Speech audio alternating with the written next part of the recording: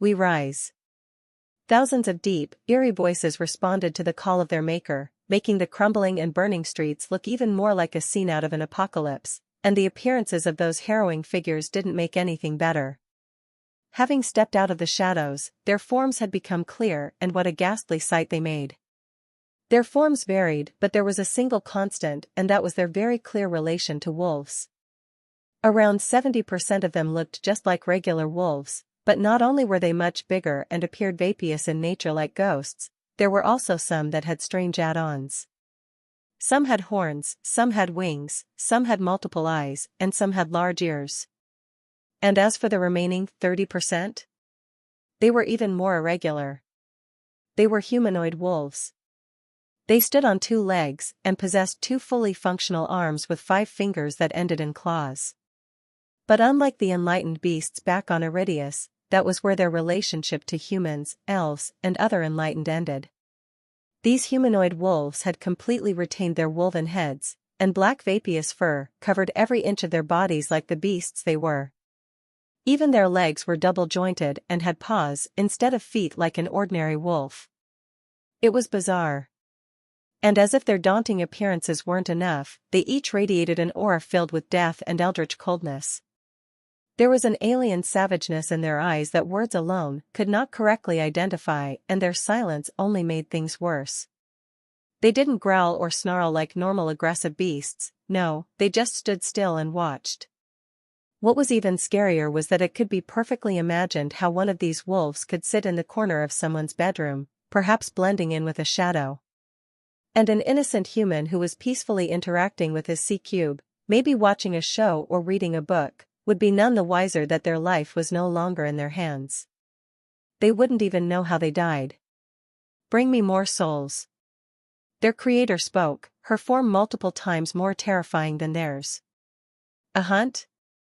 Spoke a 3-meter-tall humanoid wolf, the tallest of all the humanoid wolves. A question could be heard in its voice, but it still sounded as emotionless as ice. A feast?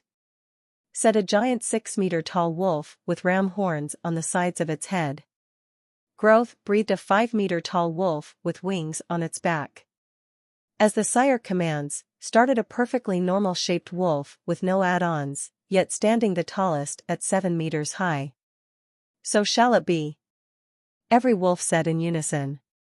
Then they slipped back into the darkness before reappearing somewhere else a few seconds later, using the shadows to travel the city at a horrifying speed that the mortals of this world would find a hard time witnessing.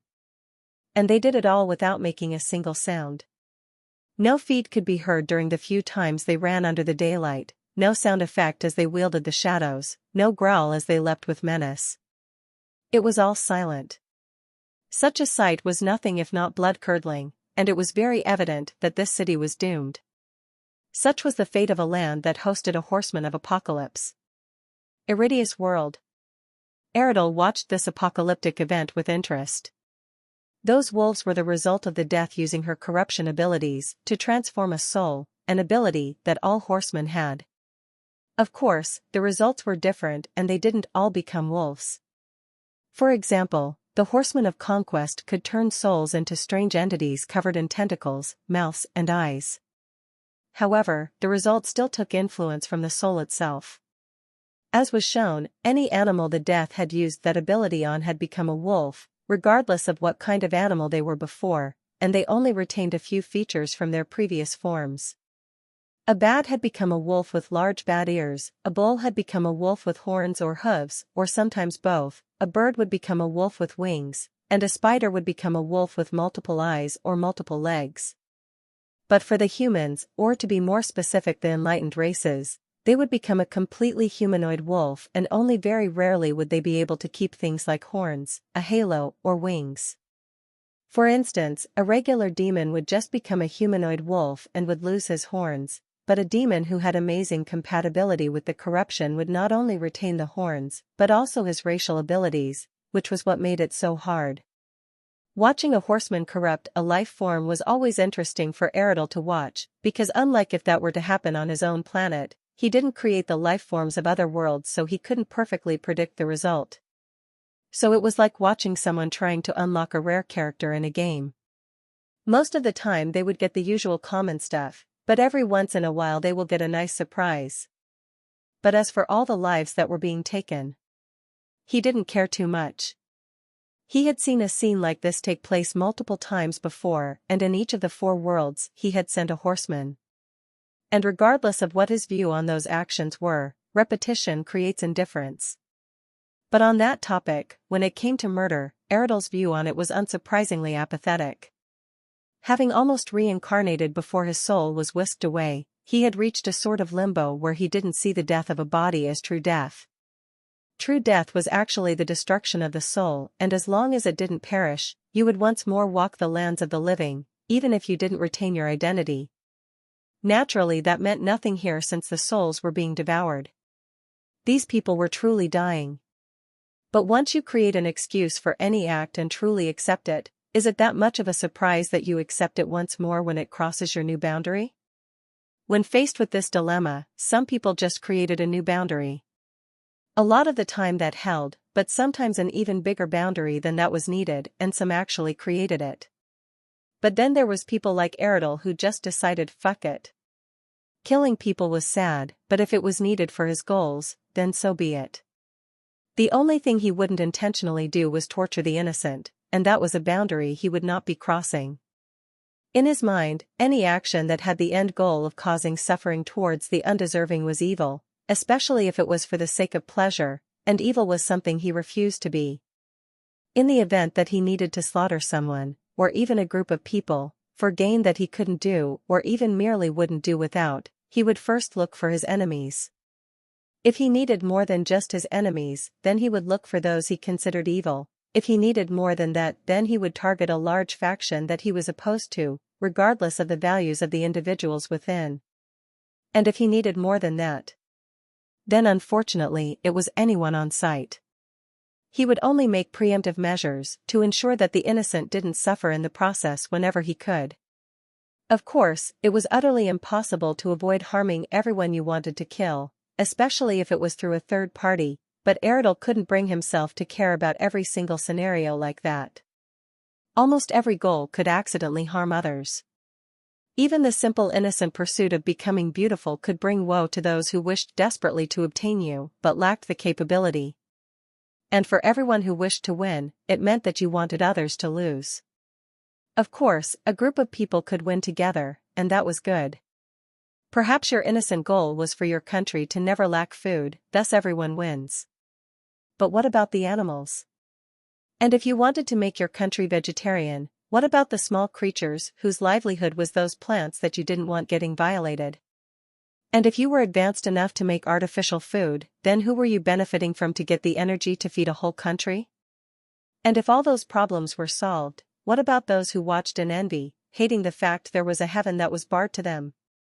Some may say then those people should come to the country, but sometimes it wasn't that easy. Somebody always loses, and it was foolish to care about every single one.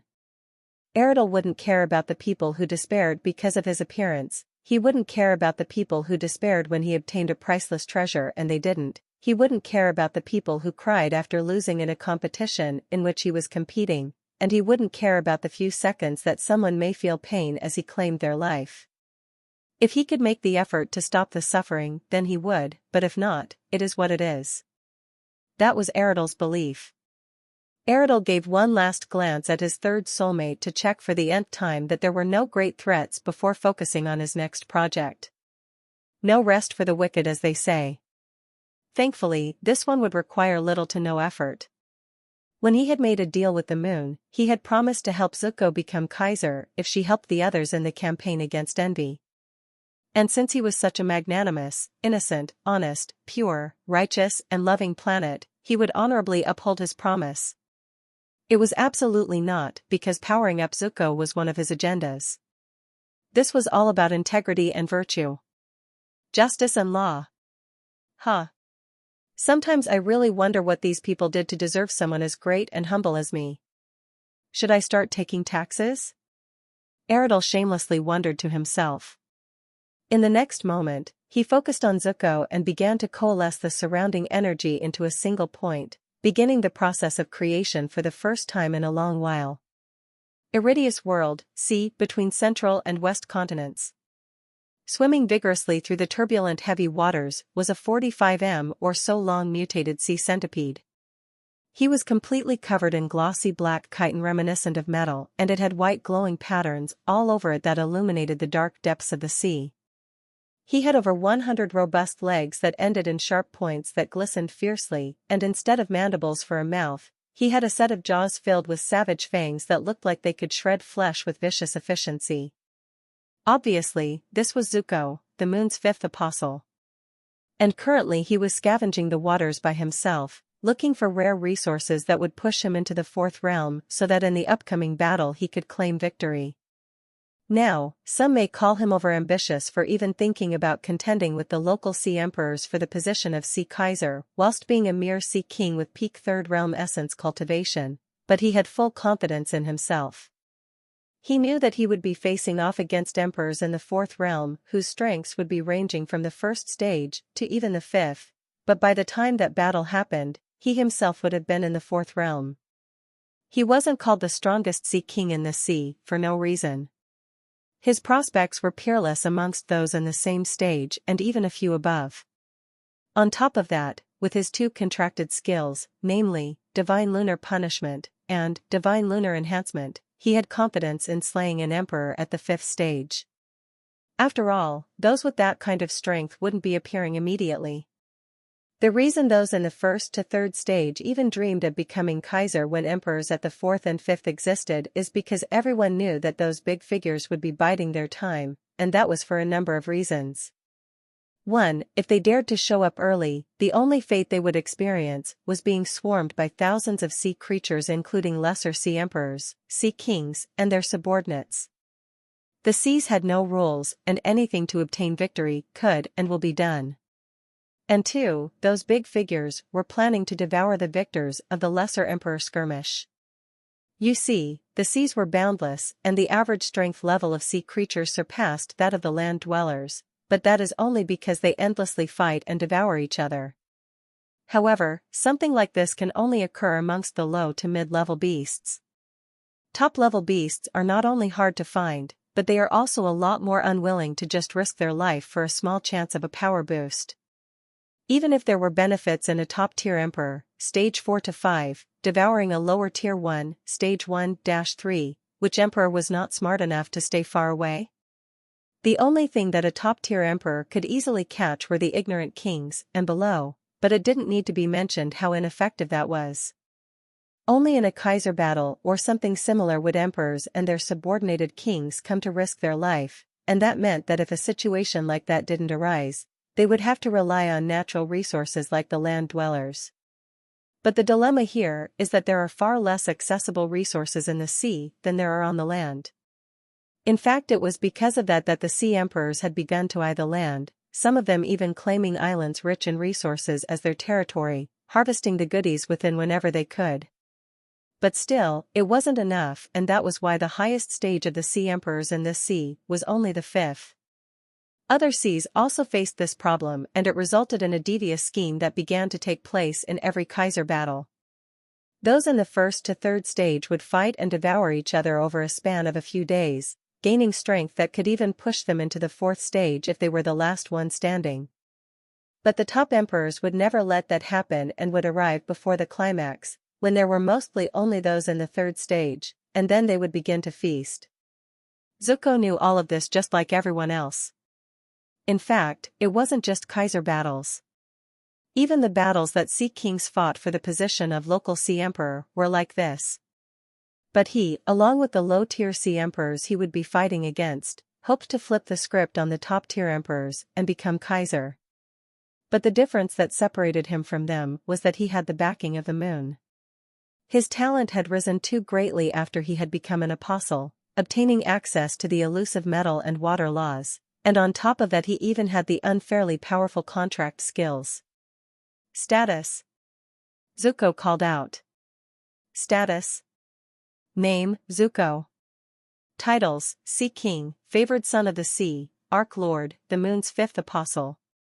Race, Lunar Ark Centipede. Cultivation, Seeking Beast, Stage 9. Combat Strength, Realm 4, Stage 1. Bloodline, Sanctified Lunar Bloodline, Earth Grade. Physique, Moon Apostle Physique, Heaven Grade. Elements, Metal, Water, Acid. Affinities, Metal, 100%, Water, 100%, Acid, 61%, Moon, 52%. Laws, Metal, 2%, Water, 3%. Innate Skills, Metal Enhancement, Water Enhancement, Metal Spikes, Hydro Beam, Acid Spit, Lunar Acid Fusion. Contract Skills, Divine Lunar Punishment, Divine Lunar Enhancement. With all of this, his chances were higher than anyone else. He really might be able to pull off what every low-tier emperor dreamed about day and night. All that is left is to promote to the enlightened realm. Zuko thought, his eyes flashing with confidence as he increased his speed. I will be Kaiser. I will be Kaiser. It was just as he was thinking that, zooming through the sea with invigorated passion, that a bright silver light materialized in front of him along with a heavy feeling of power. Not even waiting to confirm its identity, he immediately came to a halt and raised his defenses to the max, activating both metal enhancement and water enhancement with instinctive efficiency that could only be achieved by years of practice. The metal enhancement made his carapace bulkier and his pointier bits sharper, and the water enhancement shrouded his whole body in a blanket of water that could only faintly be seen under the sea. This M.E provided him with greater defense and enhanced physical power, and the W.E made manipulating his body under the water multiple times more easy, along with a few other offensive things. With this, he could tank any sudden attack and flee right afterwards if need be.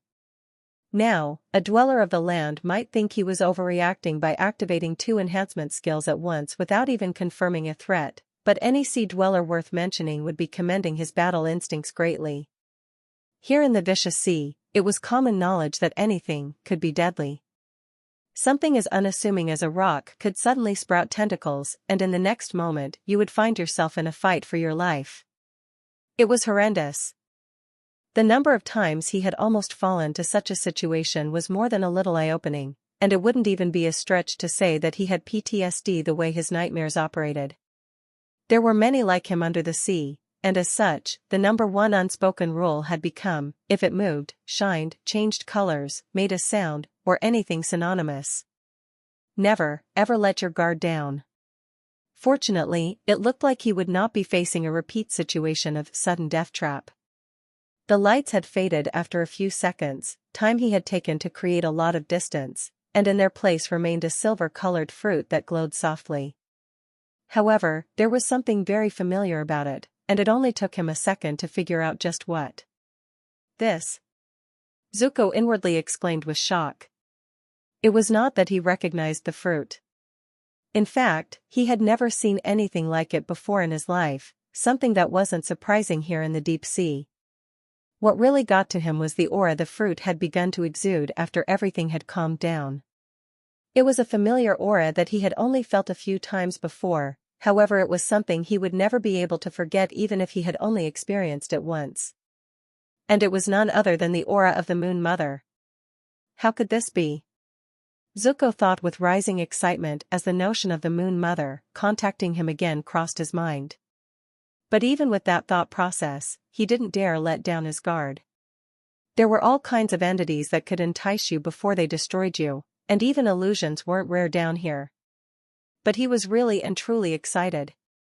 Fruits, or anything else for that matter, did not just randomly appear out of nowhere. There were all kinds of fruits and other edible plant life that grew under the sea, but the key word there was grew.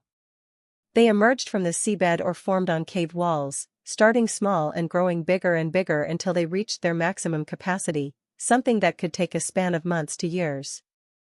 Naturally, there were always going to be unique situations, but absolutely not like this. Fruits do not just appear out of nowhere, possessing energy so dense that it made his head feel pressured. So, it was either an illusion, in which case he was already in deep trouble, or a gift from the Moon Mother. Zuko trembled with anticipation, waiting for the verdict.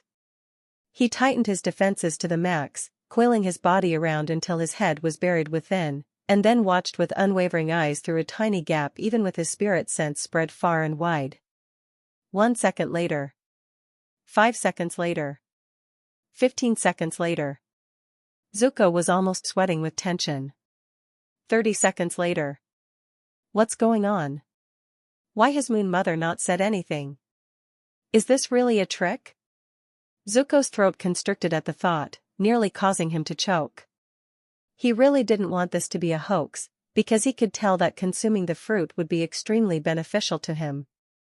Sure, there was that one time in the past where he saw a strange open clam that held within its mouth a peerless pearl that promised him many benefits if he could obtain it, which almost caused him to lose his life a few seconds later when it turned out to be a fat lie, but this was different. Back then, the enticing promise had made his mind feel hazy, but this time his mind was perfectly clear. It had to be real. But the moon had contacted him a few times in the past, even if only saying a few lines, it was still something she could and had done. So if this was really a gift from her, why was she not giving him the okay? Did she not see his worry? Was she waiting for something? Or could this be a test? I really don't want this to be an illusion. 40 more seconds later. This entire time that had felt like minutes, nothing had changed. The fruit had only continued to drift downwards as it was subjected to gravity, rotating this way and that, and completely obeying the laws of physics. It's real. Zuko thought with uncharacteristic glee before lunging forward. But it was just as he was zooming towards the fruit that his spirit sense finally picked up something new. Something in the distance had just entered the range of his spirit sense, and he knew exactly what, or rather who, it was. The huge, bulbous yet transparent head, the tens of tentacles, and that iridescent color, but most importantly that daunting aura that could only belong to someone in the fourth realm. He knew this person very well, after all, it was the very creature that he had been planning to kill for a very long time, but had been avoiding like a curse. It was the one and only Emperor Biliboo. The strongest jellyfish alive and the local sea emperor. I waited too long. I messed up. Zuko inwardly exclaimed as shock, bewilderment and fear temporarily paralyzed him. The worst-case scenario, something that he had briefly thought could happen but had ignored because of the low probability, had just happened. What rotten luck. Zuko growled with frustration. He knew that with the powerful vibes the fruit were emitting, the chances of it attracting those that were close enough to sense it weren't small, but he was proud of his strength. He was known as the strongest Sea King around, and it wasn't for no reason. So long as he wasn't facing a mental attack, he had full confidence in fending off any other sea creature. But, as in, any sea creature below the fourth realm. For Emperor Biliboo to be at this location at this time, this was a situation that could leave anybody flabbergasted. It was just too much of a joke. Zuko had a strong urge to abandon everything and leave. Even though he had received many gifts from the moon that gave him the ability to fight against people multiple stages above him, it would not be enough to guarantee success here. There was an entire realm gap to be bridged, and it was the infamous fourth realm at that. It was already fantastic that with his peak third realm essence cultivation, his talent allowed him to scrape the bottom of the barrel known as fourth realm stage 1, however. Emperor Biliboo was known to be on the verge of reaching the second stage of the fourth realm, making him peak stage 1. And even though Zuko possessed realm 4 stage 1 strength according to the system, that evaluation did not take into account stamina/energy reserves, or even range of abilities, perception, reflexes, instincts and most importantly combat experience. Zuko didn't dare to compare his experience to Emperor Biliboo, a creature who had been around since the conception of magic. He may be weak compared to others of his kind thanks to his innately weak constitution that limited his options, but for Zuko, this was absolutely not someone he could underestimate. His chances of winning in a fight to the death were less than 20%, and he did not like those odds at all. Hence, it was definitely the smart decision to flee whilst he still could. But he looked towards the fruit once more and unwillingness surged through him. A fruit like this, so perfectly suitable for him and nutritious enough to push him into the fourth realm, was not a chance that he was likely to see again any time soon. And with the Kaiser battle coming up, he needed it more than ever. Faced with these facts, Zuko was left with a single decision to make. Flee to fight another day, or make a leap of faith. Zuko knew that he was talented enough to use something lesser in quality and still enter the fourth realm. Push come to shove, he could find other Sea Kings and devour them until he became an emperor. For others, a plan like that was a joke. No Sea King wanted to fight to the death without adequate reason. But for him, he could really do it. If he made the effort to use the diving lunar enhancement, the increase in his speed was enough to shock a top-tier emperor silly. This, coupled with his fourth realm strength and water enhancement, was enough to chase any Sea King down. The only reason he didn't want to do that was because of the amount of attention he would draw to himself after such a stupendous situation. It was enough to make others gang up on him in the Kaiser fight without hesitation. They still would because of his reputation, but if he really did go on a hunting spree, it would be so much worse. Even Stage 3 emperors were likely to join in, and that was terrible. Even if he himself would be an emperor at that time, that was such a poor situation to be in, and it was best to avoid. However, he had enough time to find other resources. He wouldn't need to go king hunting just yet if he chose to flee. That was the last option. Theoretically, he should just go. This situation was too dangerous and even a bit unnecessary. He had the talent, he had the subordinates, he could just find enough. I refuse. Zuko inwardly roared before zooming towards the fruit using his fastest speed. I refuse to yield.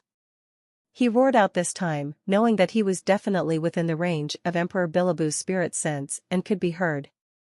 Equals know your limits, boy. Equals a deep voice suddenly slipped into his mind, cold and unfeeling.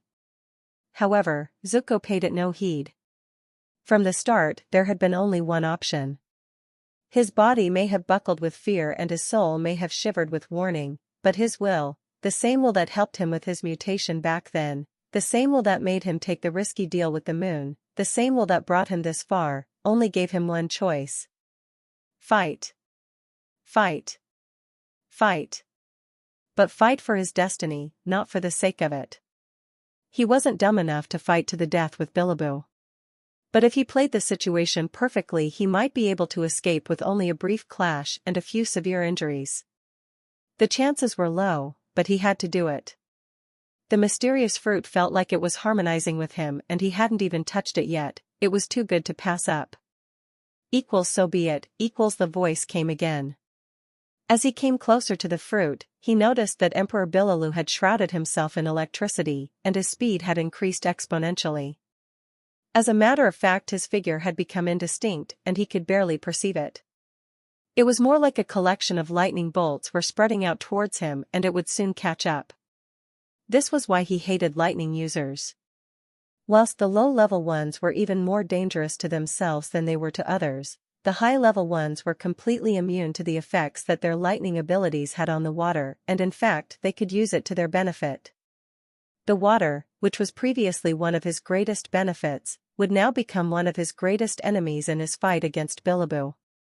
Bilibou tore up the distance between himself and the arrogant child with an almost peerless speed that had made many of his enemies wary. This was a result of one of his most prized innate skills, semi-lightning transmutation, a skill that allowed him to convert around half of his cells into electricity and allow the conductivity of the sea to take him anywhere he wished. Many had called this ability of his amongst others unfair, but it had taken him a disgusting amount of years just to make the skill survivable, talk less of beneficial.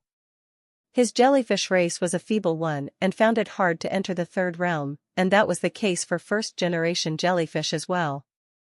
Not necessarily because they were untalented, there was no such thing as an untalented first-generationer, but because the battles of the sea were just that vicious. There was no place below the land for a life form that would harm itself before it harmed others, to prosper. Everybody knew that. The only plausible decision such a race could make if it didn't want to go extinct was to submit to a much stronger race that could afford to protect others without suffering a loss. It's what most races in that situation did, and many if not all the other jellyfish in the other seas of the planet had done the same. But Bilibou? he had been unwilling. He toiled and fought every day, he made false promises of submission left and right only to slaughter and consume his betters when they least expected it. He practiced his techniques until even the outskirts of his brain had fried, and with a heavy dosage of luck, he had finally reached this stage. He, a jellyfish, had reached the fourth realm, becoming an awe-inspiring sea emperor that had even obtained the lucky chance of evolution that only a few fourth realmers could gain. He was now called a nine-colored aurora jellyfish. Everybody in this sea knew his name, and he wouldn't be surprised if the top figures of the other seas kept tabs on him. And yet, this inconsequential, brainless centipede was daring to compete with him for a unique resource? A mere third realmer had identified him, seen the threat that he proposed, and yet instead of running at first glance actually dared to ignore him and reach for the fruit anyways? Billabong chuckled darkly. Oh, he knew who he was. The talented mutated centipede that had seemingly arisen out of thin air, taking the sea by storm and rising in the ranks quicker than others could think. There had been no time for the local kings to nip the bud before they had lost their lives, and there had been no time for local emperors, but most importantly him as the ruler of this section of the sea, to scheme of how to subdue the talent before it had become big enough to protect itself. This centipede was pretty great, he had to admit it. But all of that was meaningless before raw strength. The gap between the third and the fourth realm wasn't feared for no reason, and soon, the centipede will learn why. It would be the last lesson it ever learned. The lightning that made up half his body flashed even more vigorously, and his speed increased dramatically. Lightning enhancement. Zuko felt the skin beneath his carapace shiver as the presence behind him became even more imposing, cutting up the distance between them like it was nothing. Still, he didn't hesitate or even try to move any faster himself. Overexerting himself would only needlessly burn his stamina, and it would even be for naught. After all, even if he reached the fruit, he would still have to face the task of running away. It would be a colossal waste to overexert himself now, in a situation like this, and he couldn't afford that at all. In order to come out of this alive and with the fruit, he would need to produce his most phenomenal performance. He would need to push his efficiency to his limits, and perhaps even beyond, and only then would he be given the chance to obtain success. Just a chance. To be honest, his heart was beating with more than just adrenaline. There was a noticeable dosage of fear that he hadn't felt in a long time. In the past, he had been wary and nigh anxious many times. In fact, he was in this dumb situation because of his overcautiousness. But rarely had he been truly fearful. How could he be? Any danger could be escaped with his divine lunar enhancement, and he was plenty strong himself. He wasn't being arrogant, it was just reality. With all of his capabilities, what gap could fear find to worm its way in? Really and truly, just where would fear even come from? Unfortunately, things were different now. Very different. Very soon, he would gain a fruit so special and suitable for him that it resonated with the core of his being at a distance. His previous self had never even imagined that something like this could exist, and yet it was about to end up between his jaws. But very soon, the opportunity for him to change his mind and back out would close forever. At that time, even if he wanted to use divine lunar enhancement to escape, he would not be able to. He would be in Emperor Billabong's area of effect, and the surrounding waters would no longer be his friend. In fact, he could already feel a slight tingling. It was only a matter of time if he didn't escape now. Alas, he had already made up his mind, and he had already known the risks. He would not be changing his mind. He was going for all or nothing. 10 seconds later. Kaka. Zuko laughed uproariously as his mouth closed around the fruit. He ignored the tiny bolts of lightning that were running across his body and the even bigger bolts that were swiftly approaching. I've got it. It's real. There was no mistaking a natural treasure of the planet when it was between your teeth, where you could feel its energy directly and taste it on your tongue. This fruit was undoubtedly the single greatest thing he had ever encountered in the sea. Sadly, he didn't have time to enjoy his winnings. He twisted his body around and faced the incoming multicolored jellyfish that was so huge that it dwarfed even him. Without wasting a single second on useless reactions, he launched a decisive attack, making leverage of the fact that he still wasn't feeling the full brunt of the incoming lightning to initiate the beginning of his plan immediately. Spikes grew out of his back and he immediately curled up and began spinning with a remarkable agility that could only be achieved due to his manipulation over water. Merely 1.5 seconds later, he had become an indistinct blur in the shape of a ring. It was much easier to generate speed when he was using the opposite ends of his body weight to increase it, thanks to the rotation, than it was to move forward in one direction. Regardless, he wasn't spinning around to put on a show. He released the spikes on his back at precise moments, and with the momentum he had gained, they got sent flying towards Bilibou with great force. Naturally, a few of them went wayward since his aim was solely based on the time he decided to release them, not some kind of automatic homing that could assist him. He had practiced this technique many times over the years, but it was pretty much impossible to reach 100% accuracy. His brain just couldn't calculate for all of those spikes, and especially at that speed. Fortunately, Bilibou was so huge that only a small few of them completely missed. Furthermore, the closer they got to their target, the more lightning it attracted, which actually sped it up, not to mention that the metal itself got attracted to the main source of electricity. Conclusion? His metal spikes, which were already fast, gained even more speed and it was noticeably increasing. He had used this technique on many creatures with a lightning affinity, and without fail, they had all suffered. None of them had expected his attacks to suddenly speed up, and for the few that could dodge, the electricity that they had shrouded themselves in became their greatest enemy. Things would be different here, of course, the target was just too strong. His metal spikes would land true, but the damage wouldn't be too great. However, he had already known that and was already enacting his next plan. He had never planned to rely on.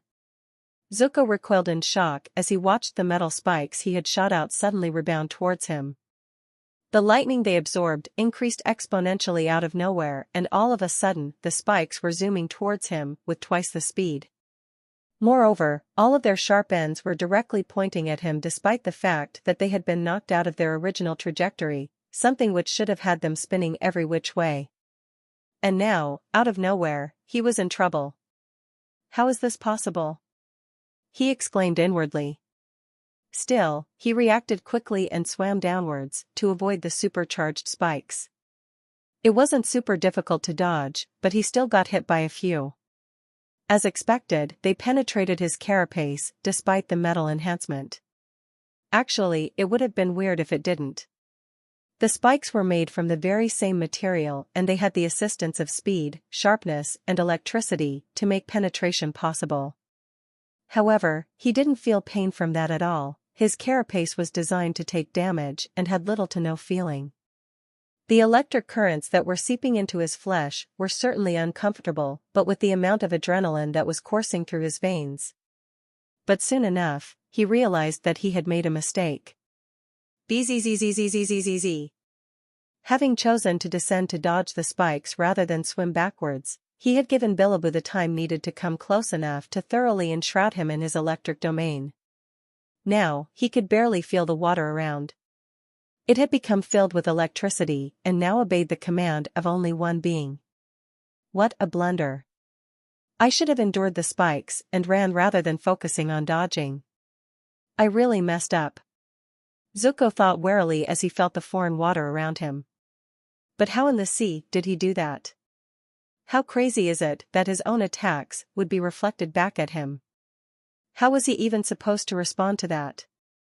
How was that in any way fair? Unfortunately, he didn't have time to ponder. You should understand your situation. Emperor Bilibou spoke out for the first time, his physical voice even colder than his telepathic one. You cannot escape. You're trapped. You've lost before anything began. Zuko realized the situation for what it was immediately, and as if to confirm his suspicions, Bilibou continued talking. However, I have heard of your feats. You are talented. A life like yours is hard to come by, and it would be a waste to extinguish it. Submit to me, give me the fruit, and you can live to see another day. Do not let pride become the advent of your own destruction. It was exactly as Zuko thought. Biliboo wanted nothing but the fruit. All this talk was to get him to lower his guard and prevent him from doing anything crazy that would cause both of them to suffer. He himself had employed that tactic in the past and could definitely recognize it being used on him. As implied, Zuko had not yet eaten the fruit even if it was in his mouth and tantalizing his taste buds. There was no way he would do such a stupid thing. Biliboo knew this too, but there had been many people in the past who would do just that and end up getting killed, causing all the parties involved to lose out. The thing is, of all the many fruits all over the sea, only a select few were easy to digest. As for the rest of them, whilst most wouldn't be dangerous, it would still kick up a storm in the mana core and circuits, something that in a situation like this would be extremely deadly. On top of that, Zuko was 90% sure that it would send him into Realm 4, which was... Wait. Zuko's mind flashed with remembrance. Realm 4 tribulations. I just remembered that anyone who tries to intervene will be caught within 2, making the tribulation even stronger. How could I forget? I thought that entering Realm 4 would be a death sentence since I would lose control and become an easy target, but... Kakaka. Would this jellyfish dare? Zuko was feeling excited now. He tuned out the jellyfish's propaganda as he delved into his thoughts. This is good. This is good. Others would still suffer in my place, but I have a great chance of achieving evolution and receiving the protective cocoon. Kakaka. I smell victory. Zuko leaped into action immediately. Think I'm bluffing? If you perished today, your story would be spoken about all over the sea. The death of an arrogant fool who dashed Biliboo was saying, before he was interrupted by a sudden burst of energy. What dash he froze as he noticed a petrifying silver aura surrounding the centipede's body, releasing a vibe of the likes he had never seen before.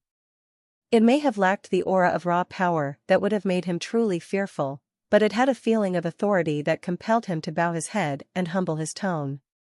Kings and emperors, even the one Kaiser he had met in a different sea, all of them were inferior before this authority. This was the aura of an entity that was above any and all life forms, and the indescribable feeling of pureness wasn't helping him to calm down. The sudden reality that was thrusted upon him had him stunned silly, and thus, he was barely able to react before a blinding light struck from above, sending him into a world of terrific pain as a few of senses shut down. He was blinded and he couldn't smell.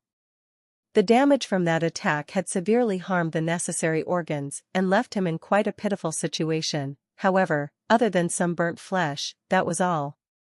He would heal soon enough, and when he did, he would not be making any more requests. Regardless of whether he lost the fruit or not, the centipede was dead. He would make certain of it. The damage from that attack, although surprising and certainly harmful, had reminded him that it didn't possess the power to kill him if he protected himself. And next time, if the centipede was even capable of pulling such a ridiculous thing off again, he would not even let himself be hit. He was distracted by the previous aura of unparalleled majesty and peerlessness, but that would not be happening again. Authority without power isn't even a funny joke, not here in the sea, and the centipede had no power. It was just a pending corpse. Zuko had not wasted any time in running away, and with the speed boost he had gotten from the divine lunar enhancement, the distance he had put between him and Biliboo was enough to make a person wonder if they were dreaming. The attack he had used was of course the divine lunar punishment. Originally, the plan was to only do this after causing some considerable damage to Biliboo first. He would use his varied innate skills powered by all of his enhancements to do some semi-lasting damage that would slow the Emperor down. Eventually, he would finally strike with the divine lunar punishment out of nowhere before fleeing with all of his might. Of course, he himself would have slowed down by then because an altercation with a creature in the second stage of the fourth realm was not something he could escape without injury. Especially when the opponent held mastery over the lightning element. However, that was the only chance he had. Or so he had thought. Now, he had directly used the divine lunar punishment and fled. Not for the ultimate goal of complete escape, since he had attacked too early and would be caught sooner or later whenever the divine lunar enhancement ran out and sent him into a severe tiredness, but instead to make enough distance to consume the fruit and initiate his breakthrough to the fourth realm. He felt adrenaline rush through his veins as the threat of death surrounded him, only leaving a narrow gap for survival and a future of unparalleled greatness. It was a harrowing situation, but as he continued to desperately swim, he couldn't help but begin to feel excited. But he didn't let that affect his concentration. He swam and eventually, when he thought that he had reached a good distance, he immediately swallowed the fruit in his mouth. No need for suspense, suspicion, or preparation. He was on an extremely strict time limit, and failing meant doom. He didn't need to repeat that this was an all-or-nothing situation. Down the fruit went. Gulp. Zuko's body shivered as the fruit instantly broke apart and dissolved into pure essence that permeated throughout his body with astonishing speed. It didn't take long for it to begin to seep into his cells with an unprecedented assimilation rate, and he could already feel his power surging. However, there were definitely favorite locations that the essence seemed to focus on. His carapace, his mana circuits, his mana core, his heart, and his brain. For whatever reason, it wasn't his mana core that received the most attention, but actually his brain. In fact, it was receiving so much attention that it was making his mind foggy, which was a little worrying considering the circumstances, but what could he do? Thankfully, the process was remarkably gentle. The energy moved around quickly and with zero hesitation, but it wasn't violent or careless in any regard. This was probably the best assimilation of a natural resource that he had ever consumed. It was wonderful. 20 seconds later. Dzzzzzzz. The sound of rampaging lightning faintly made its way into his ears, signifying that Billaboo had begun to act, but instead of worrying he smiled instead. It's too late. Buff. Zuko's body released an irregular wave of energy. It didn't do anything, and it didn't even seem to move very far, but anyone with experience would have instantly had a change in expression. Stop. Emperor Billaboo's voice burst into his mind, startling him. But then he smirked. It's too late, old fool. I'll soon become enlightened. Zuko spoke out for the benefit of his listener. Clearly, Billaboo had sensed what was about to happen and had tried to derail his concentration by yelling in his mind, which could have had some disastrous effects if he succeeded. But unfortunately for him, he wasn't even the one in control of the breakthrough in the first place.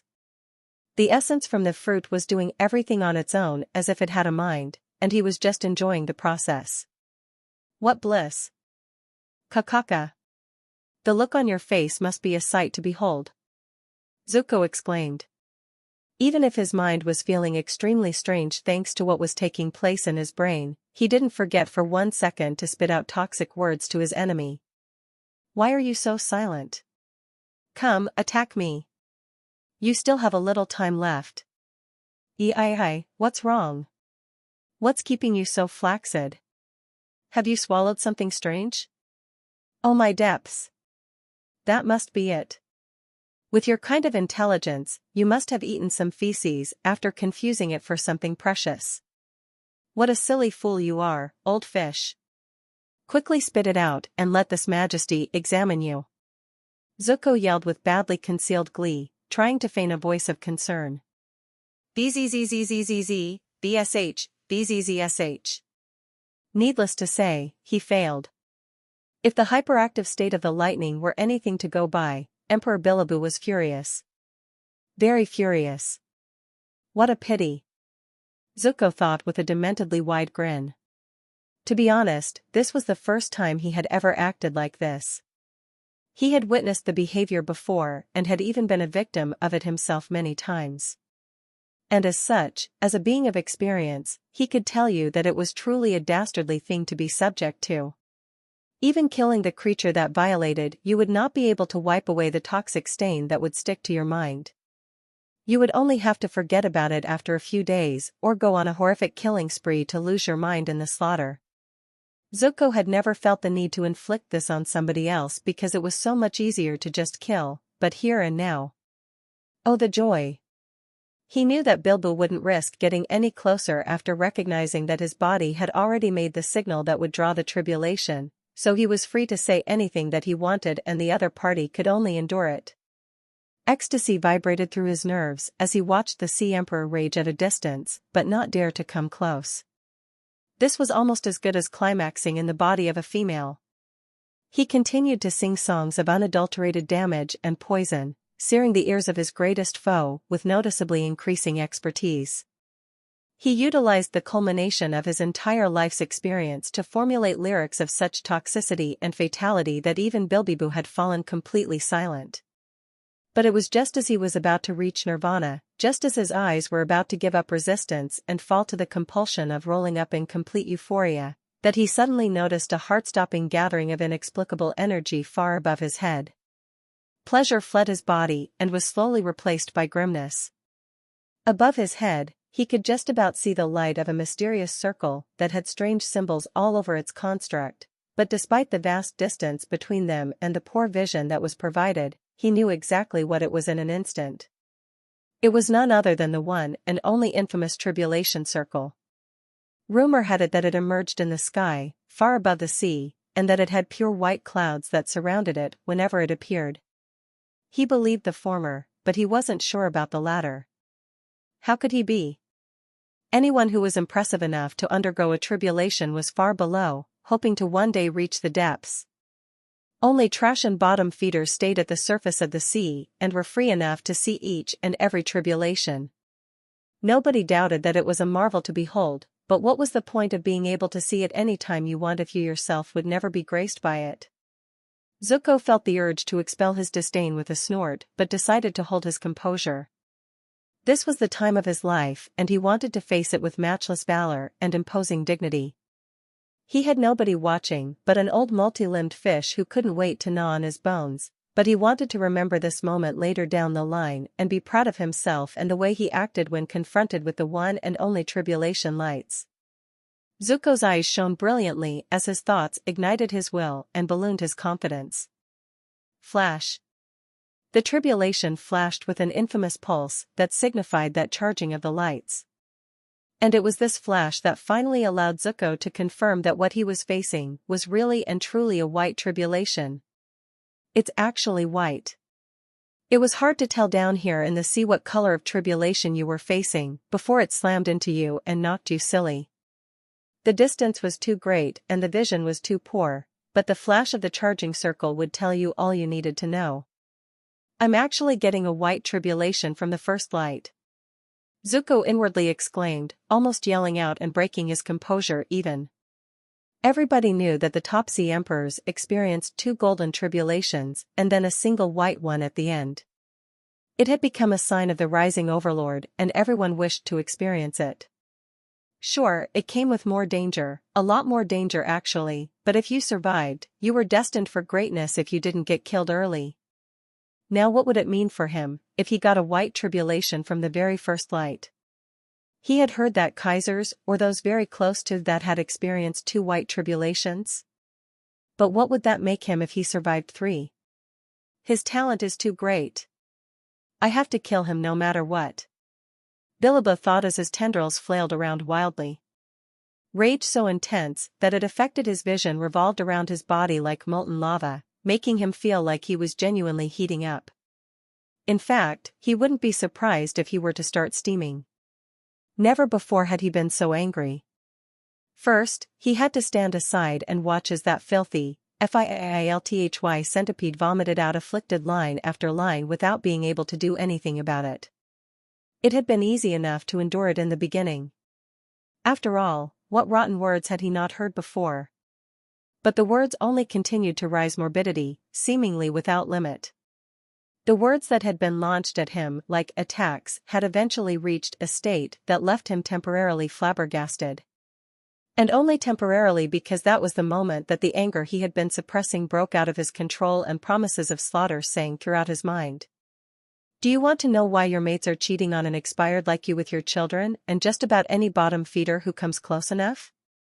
I watched it happen once, that one jellyfish you like the most, the pink one. Yeah, her. The things she was doing to that lucky realm 1 seahorse were just too exciting. I must admit you have a fine one on you. But what was absolutely crazy was the sound she was screeching out as she took that little kiddo's tiny cock into her womb like a free breeder. It was like she had never felt pleasure before. Emperor Biliboo, I must admit that I couldn't help but wonder if you were impotent? That must be it, right? Because. Phew-uck. Biliboo inwardly roared to expel the words from his mind. How could somebody even think of things like that? Lines like that and worse had been flung at him like shit, and the stains were still dripping down his mind. It was only the promise that he would get his revenge after the tribulation that kept him patient. But just what in the depths was he looking at? A white tribulation from the first light. Does that mean that the disgusting cretin that was bullying him all this while was that talented? Hiya. He has to die fire. He has to die ee. Zuko noticed the lightning that had faded away suddenly flare up again with an unprecedented madness, and his heart rate sped up as a ghastly thought crossed his mind. Did I go too far? He won't try to take both of us down, will he? Why is that electric seaweed for legs suddenly going crazy? Just go away already.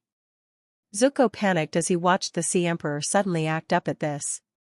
Before he saw the white tribulation circle, he had a slight, very slight bit of confidence that if Biliboo suddenly lost regard for everything and pushed both of them towards the pit of death, he might actually survive the ordeal.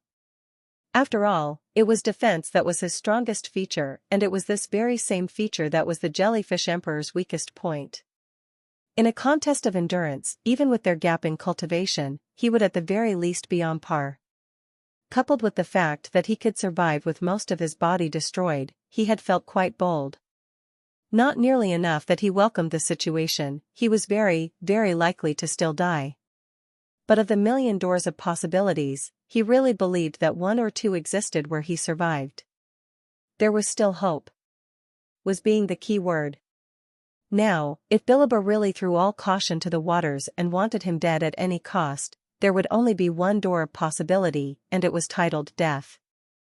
A white tribulation light, 3 of them at that, was not something he could withstand if it was boosted by Biliboo. He would perish on the very first one. This accursed mouth of mine. Zuko chuckled wryly as he remembered some of the things he said. What even happened? I've never said things like that before, and certainly not so smoothly. Wow, even just now I had to prevent myself from saying eloquently, what's going on? Although Zuko would never call himself dumb, it was true enough that he wasn't the brightest pearl around. Words like the kind he had inflicted on Biblu was not like him at all.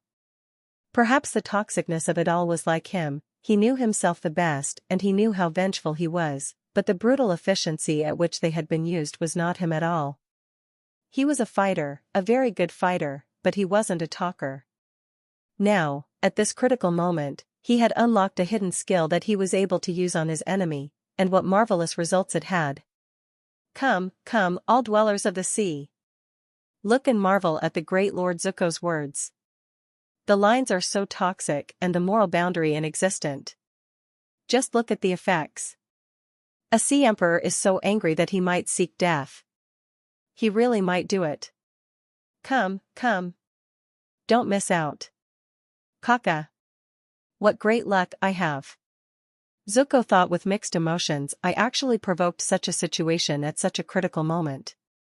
Flash the second tribulation pulse. Zuko felt like laughing at himself.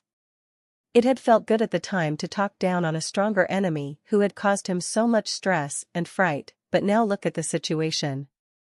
The haziness going on in his brain must have messed with his decision-making or something. At the same time, although he could blame his stupidity for taking such a risk, he could not blame himself for underestimating the risk. In which sea would you see a Sea Emperor give up his life, because of mere words, even if the words possessed a peculiar viciousness? It just couldn't happen. Perhaps a weaker creature would do it if they were forced and had no way out, or maybe they would just do it because with their inferior cultivation, they lacked the intelligence that came with it along with the control they gained over their primal instincts. But a Sea Emperor? No way. And as if to agree with him, Biliboo suddenly calmed down just as quickly as he had flared up. In fact, despite all thoughts that had managed to pass through Zuko's mind in the same time frame, Biliboo had only exploded for about 4 seconds before calming down once more. That's what I thought. Zuko let out a small sigh as his heart rate began to calm. Kiki, in the end he couldn't do it, that was quite scary though. Things could have been, you? Biliboo abruptly swam away. He actually just up and left, only leaving a few trails before they too disappeared. Just like that. What's going on, Dash? Flash. It's here. Zuko inwardly exclaimed before forcing all of his attention on the bright tribulation circle and throwing the Sea Emperor out of his mind. He reactivated his metal enhancement but left the water enhancement. The defense he offered him was rather insignificant and was better used for the last shot or any change in the situation. However, he still had the divine lunar enhancement activated, so he was feeling pretty confident about surviving at least the first 2 tribulation lights. Unfortunately, even he couldn't convince himself into thinking that it would remain for the last light, and what was worse was that it would leave him extremely tired and with little energy to resist afterwards. What a terrible situation to be in. This is going to be Dash. Boom.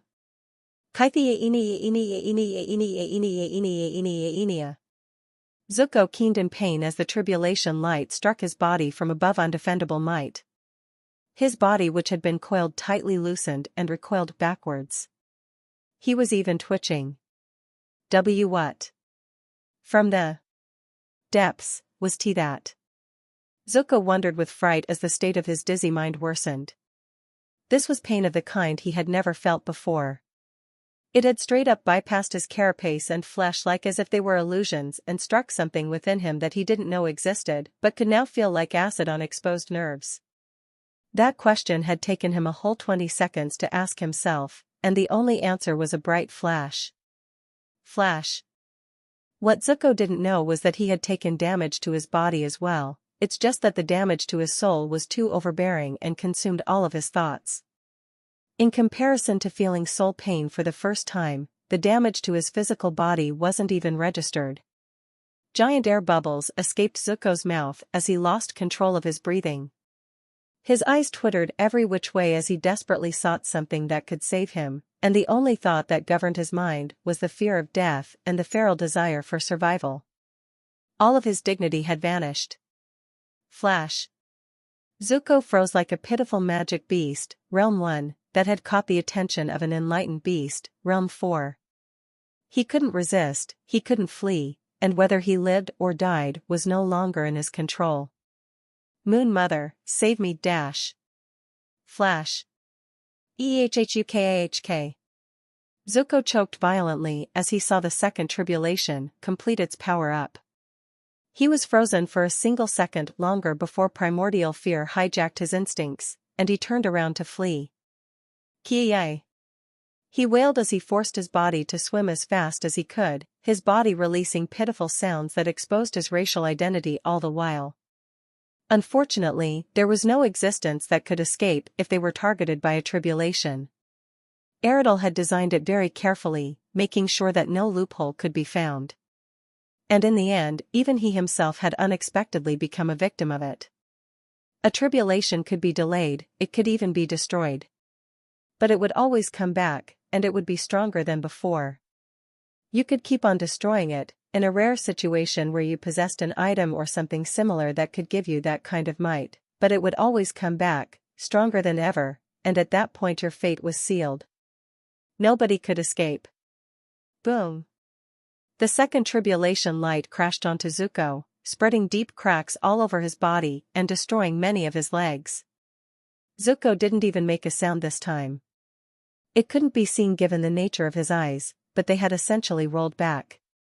He had fallen unconscious. All enchantments slipped off his body, including the divine lunar one, and considering its effects, it could be considered certain that he would not be waking up for a long time. Death was nothing if not assured. Others in the past, apart from a minute few individuals with unparalleled accolades, had taken 2 white tribulations at most, and that had been enough for them to stomp in any direction they wanted. If that was all Zuko had to withstand, even if he fell unconscious now, he would have already won. He would have endured gold as the first strike, then 2 whites, and his tribulation would be over. Alas, from the beginning, his tribulation had been white. Which meant, at the very least, he would have to take another white one for the third. Which he obviously was not in the position to do. Normally, most people could endure their tribulations, after all, it was tailored for them. It wasn't necessarily meant to destroy them, in fact its primary purpose could be considered to cleanse them. Cleanse their impurities and cleanse their accumulated fortune backlash. Augments and other upgrades came after. But unfortunately, sometimes there would be a situation where their accumulated fortune was too heavy for them to withstand. Zuko, by complete luck of being at the right place at the right time, became an apostle of the moon, which allowed him to turn from nothing into the strongest Sea King. That kind of fortune was not light at all, and its backlash would be corresponding. Now, he was paying the consequences. He would die. Or so he should have. His recent bout of fortune, also known as the fruit that caused him all this suffering, hadn't finished its job. And its creator had given it very clear directives that made its performance look like it was the workings of conscious thought, rather than just energy that was moving around here and there. Within Zuko's body, the silver-colored essence that had been peacefully merging with Zuko's cells and mana abruptly lashed out like a vicious tsunami. It pounced upon the reckless tribulation essence which, in all honesty, was doing exactly what the silver essence had been doing, even better in fact, but only in a far more uncontrolled manner that held no regard for safety. Moreover, the benefits of tribulation essence could only be fully reaped when all 3 tribulation lights had done their job. Only then would the tribulation essence stop slacking and initiate an unparalleled show of power, sometimes even resulting in the most sought-out occurrence, evolution. And it was this illustrious tribulation essence that the silver essence was audaciously moving against. This alone was enough to make knowing eyes quake, but what happened next could not be easily comprehended. The tribulation essence disappeared. The tribulation essence had vanished in almost an instant, and taking their place was a denser, richer silver essence that didn't hesitate at all to absorb more of the surround tribulation essence around Zuko's body. And this? What had just occurred was the mortal equivalent of gas absorbing water to make more of itself, or water absorbing a solid to do the same thing. Utterly ludicrous. Now in the magic world, a lower tier energy absorbing a higher tier one wasn't rare. In fact, it was the most common thing ever. After all, basic cultivation was the act of converting the higher tier raw magical energy into the lower tier mana. But something like that could only happen with complete cooperation. Everyone who absorbed magical energy had an unknown cooperation with the world, or a knowing cooperation with a Realm 7 god that allowed them to assimilate the energy into mana. But there should have been no cooperation here whatsoever. This was a rule-breaking, no sense-making phenomena that only one entity on this planet could explain, and it was the planet itself. Not long later, all the tribulation essence had been absorbed, and the tribulation circle up above had only flashed once. Ridiculous.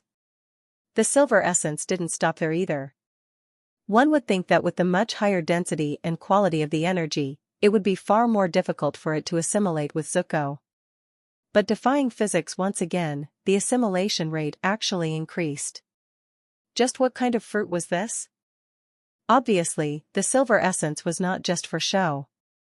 As Zuko's body digested more and more, visible effects began to show, and they were blooming rapidly. First, the cracks across his carapace began to heal, slowly at first and picking up speed later. Then, in tandem with the healing, the color began to change, losing its darkness rapidly and becoming paler and paler. The white markings that were already there glowed even brighter, and it even looked like they were changing in design. It was as if they were upgrading. Of course they were. By now, the third tribulation light had charged 2 times and was about to charge for the final time. But Zuko was still changing. He started growing in size and the shape of his carapace began to morph, growing protrusions mainly around his back that looked like the beginnings of spikes. Something was changing around his face too, his eyes specifically.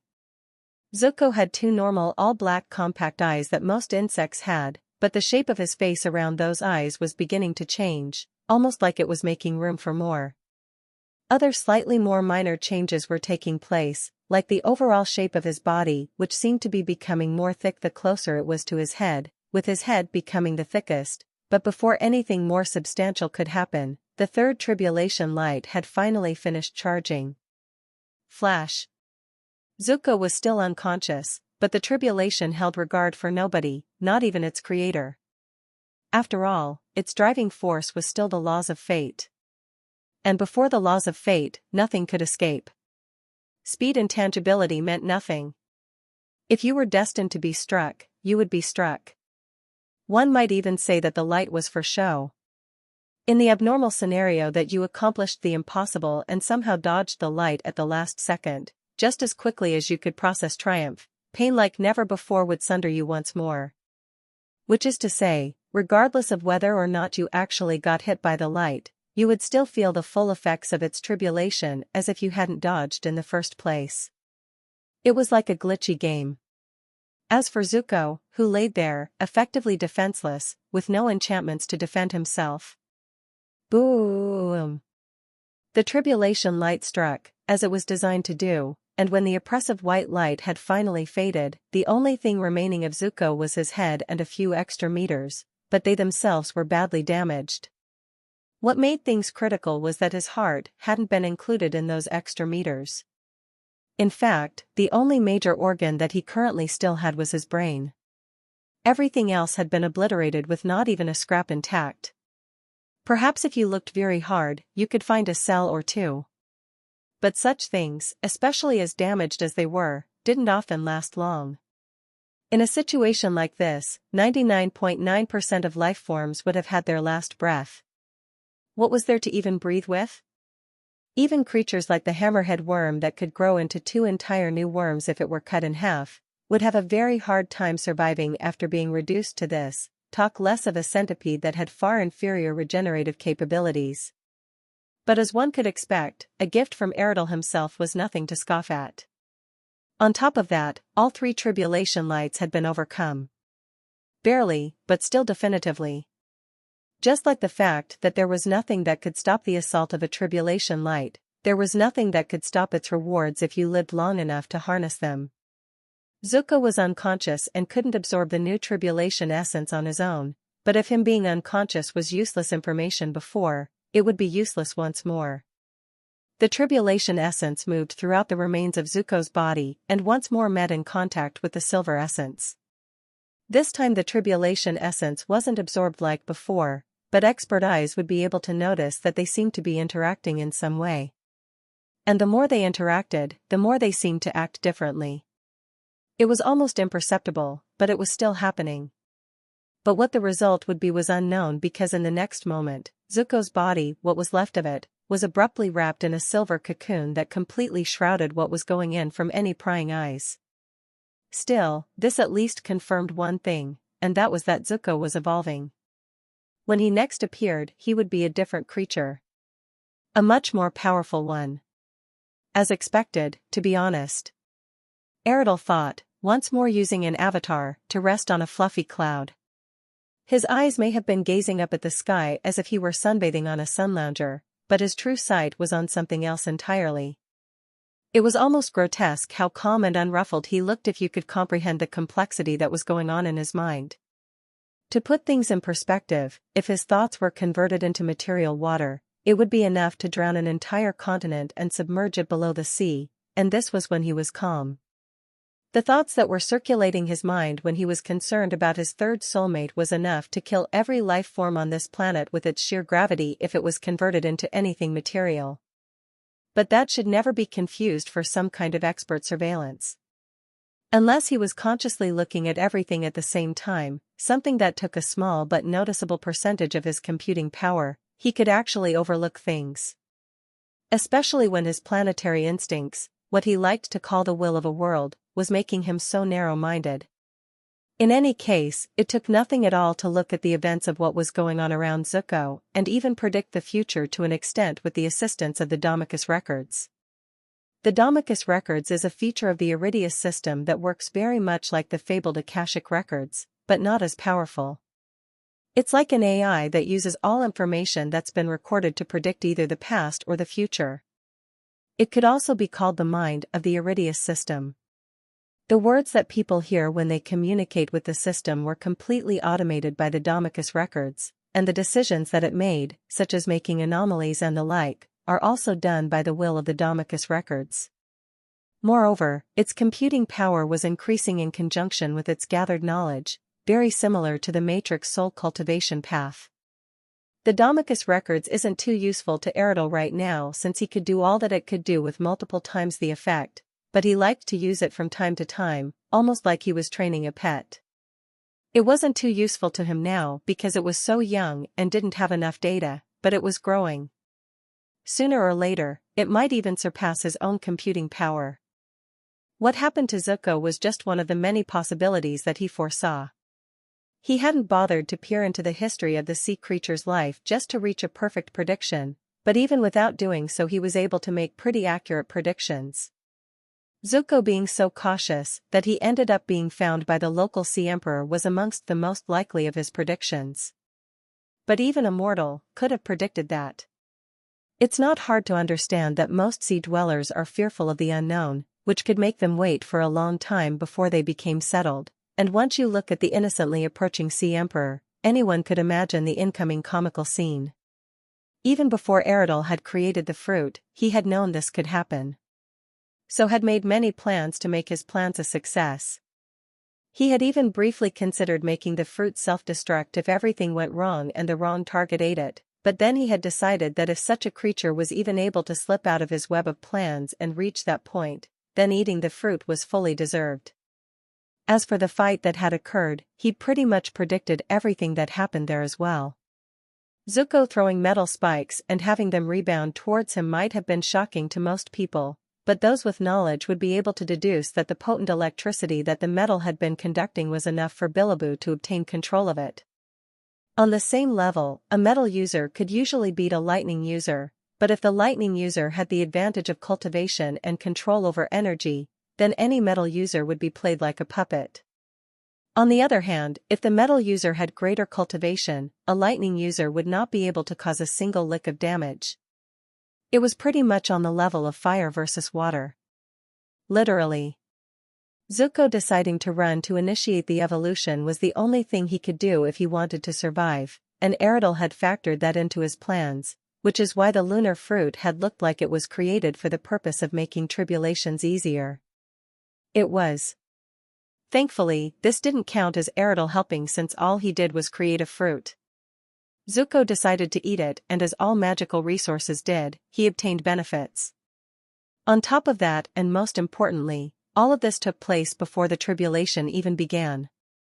It would simply be crazy if anyone who handed out a resource to help someone reach the fourth realm would be forced into the tribulation as well.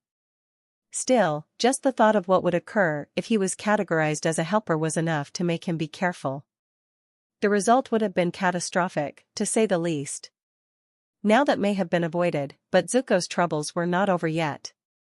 The most important directive of the lunar fruit had been to greatly increase the quality of Zuko's brain and mental, followed by the directive to increase his affinity with the moon and grace him the comprehension of its laws, followed by influencing his next evolution, increasing the strength of his body, increasing the quality of his mana, and so forth. But funnily enough, the feeling of his brain improving had occurred just as he had begun to sling curses at the Sea Emperor, causing him to pursue the feeling with the only way his limited knowledge knew how. Which was to throw more curses. And as if to encourage him, his improving brain and mental capabilities had granted him with newer, more insidious ways to insult his opponent. Something like this was like enlightenment and was peerlessly joyful. So he continued to spit out toxic words as if he were a demonic priest in prayer, becoming louder and more feverish with passion as his joy rushed out of control. Even Eridel himself had burst out with laughter at the abnormal event. But unfortunately for Zuko, not everybody was laughing. There was no Sea Emperor alive that could hear those words and not make him the KOS target number one. It may have looked like Zuko had escaped this situation when Biliboo left, but in actuality, things had become much more critical. Fatal even. Zuko was in big trouble. It wasn't rare for the usually silent depths of the sea to randomly become disturbed by the turbulence of violence or just about any chaos, and most people minded their own business if they couldn't gain a benefit from the situation. But what was taking place here was definitely drawing eyes. Moving their way through the sea was an apocalyptic-looking army of varying giant sea beasts and sea monsters that possessed all kinds of cultivation strengths that would make most people avoid them at all costs, and at their front was a gigantic multicolored jellyfish that was shrouded in ominously slow-moving lightning.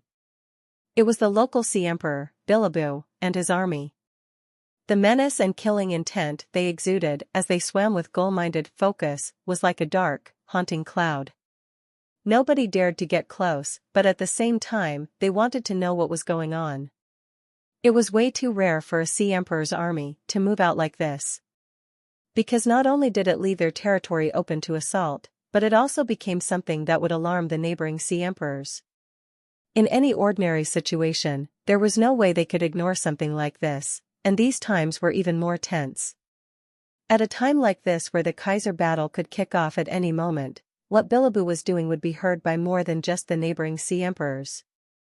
Every Sea Emperor at this section of the sea, from top to bottom, would be paying attention to him, hoping or dreading that he would be the one to kick off the Kaiser battle. So as Biliboo made his way through the sea, there were some who fled at the sight, but there were more who decided to follow along from a distance, creating an awe-inspiring scene filled with countless beasts and monsters of all colors. This was the dignity of an emperor, and its target was Zuko.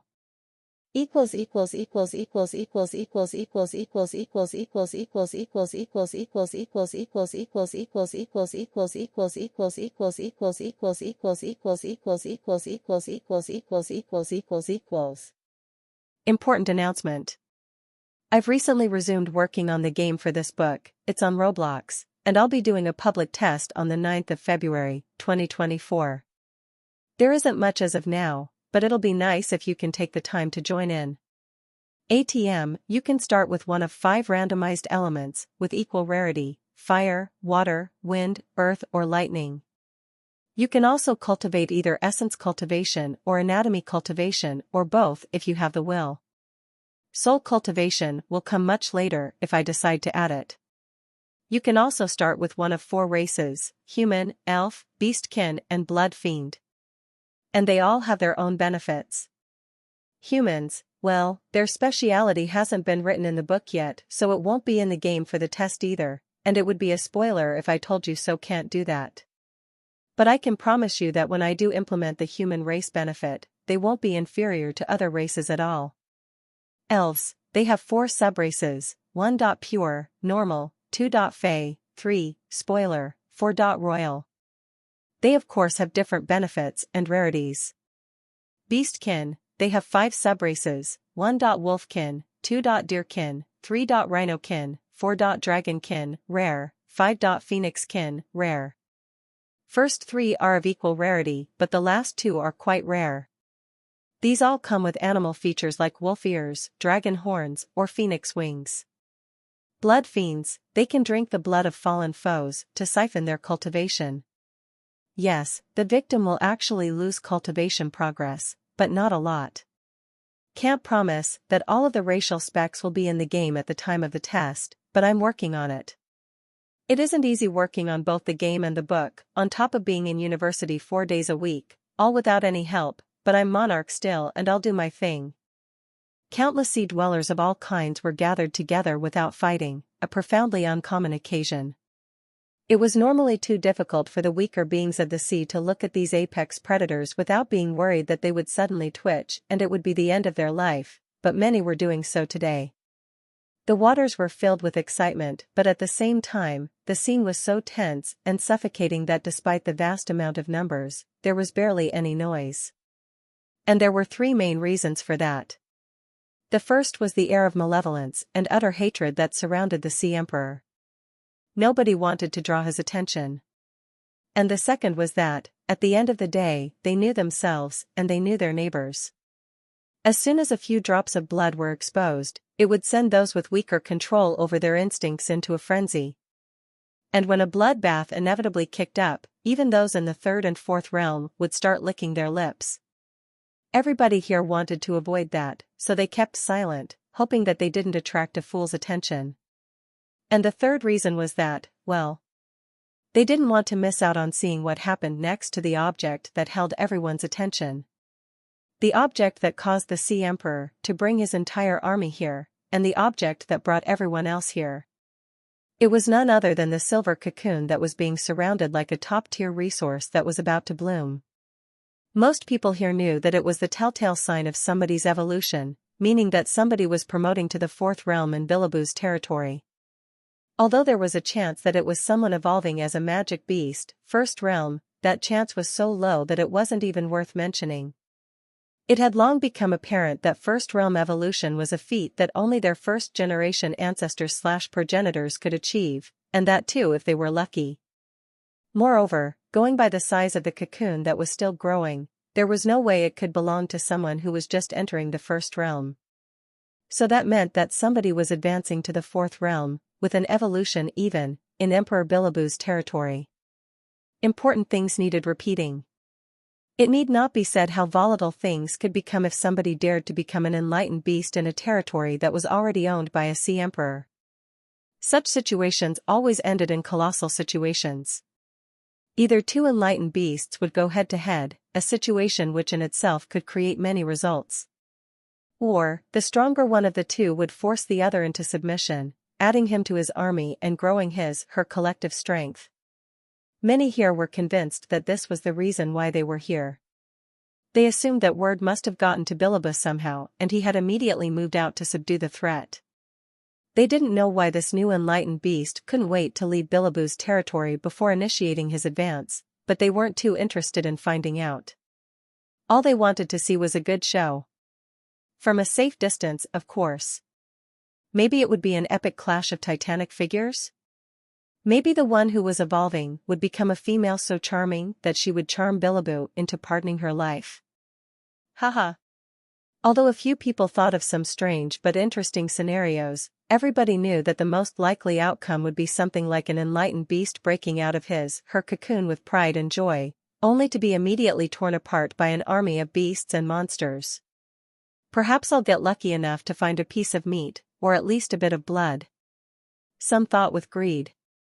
This was another reason why a few creatures chose to stay. Opportunity. But the majority were thinking of backing up even further as soon as the fight started, or even leaving altogether. They really didn't want to be caught up in the upcoming bloodbath. Oosh. Suddenly, the sound of a large amount of water moving could be faintly heard in the distance, but it was becoming louder, and rapidly. Something was coming, and if the sound was anything to go by, that something was very large. Everyone turned to the cause of the commotion, and many immediately froze as they identified it, or to be more specific, him, as he swam gracefully into their gathering without any care. The creature was approximately 70 meters tall if you didn't take the extra limbs into account, but with the limbs, that was an extra 120 with a grand total of 190. A prodigious size even for those in the fourth realm, rivaling that of whales and other large sea creatures. Something that was even more unique when you noticed what species this figure belonged to, which wasn't hard considering the giant squishy head and 10 large tentacles. He was undoubtedly an octopus, and most importantly another sea emperor. He had dark blue skin, which made him almost invisible this far below the surface of the sea, but the two giant golden eyes that glowed like suns could be seen from miles away. The tentacles seemed to be perfect for swimming, because the way he moved through the waters as if there was no resistance, and the speed at which he did so despite his size, was just too scary. He ended up next to Bilibou in no time, but he was blocked by the army that used their bodies to block his way. Still, everyone could notice their fear. However, nobody dared to look down on them. After all, what they were facing was an enlightened beast in the fourth stage, a high-tier emperor that was 2 stages above their own, and it was an extremely notorious one at that. Bilibou's mood that was already at rock bottom somehow managed to plummet even further. He felt sick. Bilibou's mood that was already at rock bottom somehow managed to plummet even further. He felt sick. What was this ally of his doing here? He knew who this was, everybody did. But he himself knew things about the octopus that only one other living being knew, thanks to their shared relationship. And it was because of this that he knew that the fear that the general population had for this figure was not nearly enough. If they knew the things that he knew, this place would have emptied out in a single moment. As for the upcoming Kaiser battle? What a pathetic farce. He already felt sorry for whoever won. If it was up to him he would never compete, but unfortunately he didn't have a choice. Billaboo, my great friend. The octopus spoke out with a deep, smooth and noble tone, unbefitting his appearance and the common savagery/coldness that all other sea creatures had. Why so glum? Are you not happy to see me? I came a long way just to see if you were okay, but this is what I'm met with. How cold. The octopus complained in a slightly jovial manner. Hearing him, one would think that after swimming from east to west and north to south, they had finally found a sea creature who wasn't cruel like the others. Alas, this couldn't be any further from the truth. Everybody knew this much, and the members of Billaboo's army, who had chosen to block the way, started trembling even more.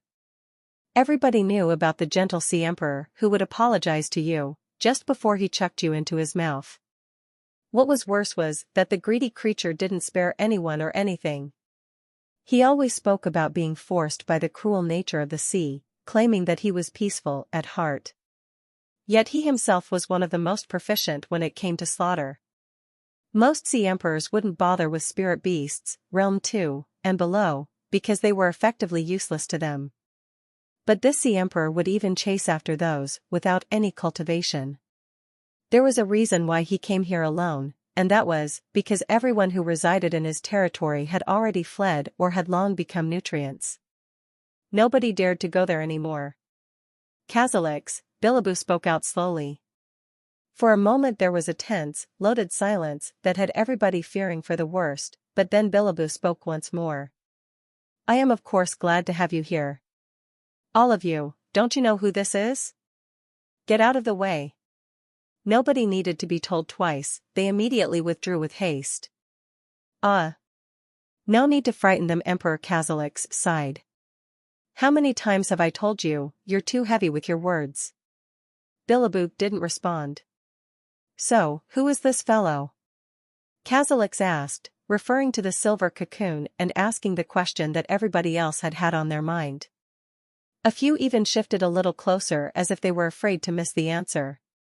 Billaboo's aura flagged with violence, shocking those close to him. Kazalix's giant gold eyes narrowed slightly. This is Zuko. Billaboo spoke out slowly with terribly hidden malice. Kazalix blinked. Everyone else in the vicinity practically recoiled. The strongest Sea King was finally advancing to the fourth realm? Here of all places?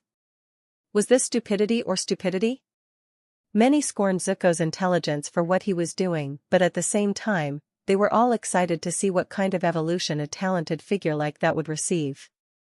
An opportunity like this, where they got to witness such a delicate but marvelous affair without having to worry about their life too much, was practically unprecedented.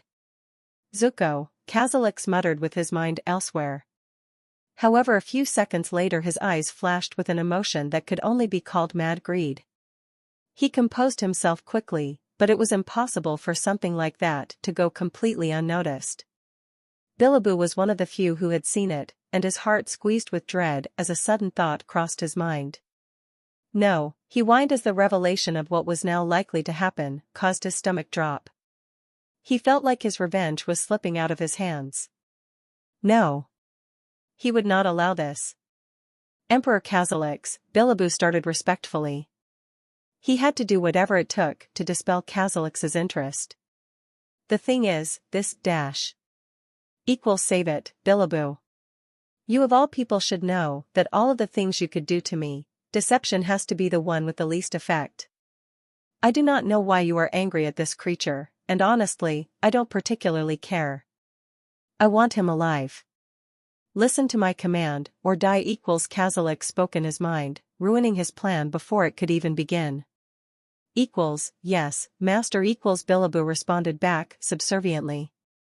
However, the effort that he was using to restrain his anger was causing him to visibly shiver. Good, now finish your sentence.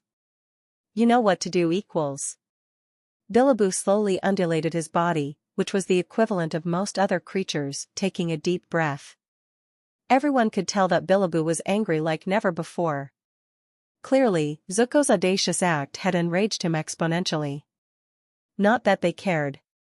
In fact, they were excited to hear the promises of carnage that Biliboo would swear to inflict. Free entertainment. Biliboo spoke out, trying to act as if he were lost for words and creating an excuse for the previous lapse in speech. This Zuko here, he is just so talented. It would be great if I could nurture him as my subordinate. Silence befell the gathering, the little chittering here and there along with the small swooshes of water coming to a complete stop. Kazalix blinked. You. You fool. Has your anger affected your brain? Who would believe a word you say when the killing intent radiating off your pores is enough to make a person choke? Useless. Just listen to what I say and follow my orders. I can just barely salvage this. Kazalix growled telepathically, losing a bit of his noble demeanor. Hoo, Kazalix chuckled. You think we're all fools here? You look like you can't wait to pry off his flesh with your teeth, and you don't even have any. Then he laughed again good-naturedly as if this were all entertainment.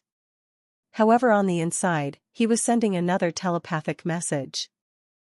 Say that you are indeed angry, but Kazalix gave out a list of instructions to follow, before ending with like this, although some may still think that something is off about you, at least they won't suspect our relationship. Biliboo inwardly sighed. He rued the day that he met this creature. That was the day his life had changed forever. If only he had never let greed lead him into that cave. Alas, there was nothing he could do now. Actually, on the brighter side, it was likely that things were inevitable from the beginning. Kazalix's goals were too lofty, and he even scorned the position of Kaiser. Others would laugh or spit if they heard such a thing, but Biliboo knew better. Kazalix's abilities were just not fair. Truly and utterly. And their alleged requirements were seemingly nothing before Kazalix's intelligence and manipulation. He was just not a being that could be competed with. Biliboo knew that Kazalix had a great chance of actually achieving his goal, so maybe it was a good thing that he had become his follower, now when he was useful, rather than later when he would be of no use. At least he was alive. Biliboo sighed once more before psyching himself up for his task. Thankfully, the threat of death had suppressed his rage and urge for violence, making what he was about to say seem even more believable. You're right, Kazalix. The fact that somebody dared to promote to the fourth realm without my permission made me incomparably angry, especially since I had been dealing with some difficult issues when I heard the news. However, I am an emperor now. I cannot continue to base my actions on my emotions. If I can make Zuko submit to me, it would be a greater boon to me than the strength I could gain from eating him. Is that so? Kazalix responded thoughtfully. Yes. In fact, you should stop killing everyone who stumbles into your territory and get some subordinates yourself. I wouldn't give this kind of free information to anyone else, but you are a valued ally of mine. Subordinates will be very useful to you, especially in the upcoming Kaiser battle. Biliboo insisted as if he genuinely cared. Kazalix paused as if he took the message seriously. Then out of nowhere he said, "Your words hold value. How about this, you give me Zuko, and I'll let you into my territory to pick a few treasures of equal value." Gasps, squeals, screeches, and other animalistic sounds of shock rang out as they heard these words. It was common knowledge that since Kazalix lived in an emperor-sized territory of the sea all by himself, the amount of resources he must have accumulated could not be anything less than astronomical. Naturally, this incited the greed of many, causing all kinds of attacks over the years, with the most famous ones even being led by sea emperors. Biliboo himself had been one of them. However, every single one of them had either been beaten back, killed, or somehow made into an ally. Biliboo being a shining example of the latter, along with two others. Not much knowledge of the events made it out, and nobody knew how it was even remotely possible that a sea emperor could defend against an entire army composed of sea kings and even another emperor, but there were stories that somehow, Kazalix had the ability to see anything in his territory at any time. No matter how sneaky you were, once you went in, only a sea emperor had the hopes of coming out. Biliboo's current army was his second one. The first one had all met their death at Kazalix's hand. And yet they were now allies. Most people didn't think too much about that since in the sea, only benefits moved people. Compassion and sympathy didn't even classify as a myth. Any sea creature from the lowest kind to a top-tier Kaiser could suddenly decide on a random day that they wanted to snack on their own subordinates, and no one would bat an eye. It's not that they didn't have the survival instinct to avoid such a thing, far from it. It's just that there was nowhere else in the sea they could go where that wouldn't happen. On top of that, they themselves would do the same if they had the power to do so, or were already in a position of power and had performed the act already. This was just the intrinsic ruthlessness of the sea, so for Biliboo to not care for his previous army and seek benefits in allying himself with Kazalix, most people didn't care. At most, they would talk down on him behind his back, blaming him for losing his entire army in one go and calling him a failure. Still, that didn't mean that people were completely oblivious. There was not a small amount of people that were casting their eyes on the survivors of Kazalix.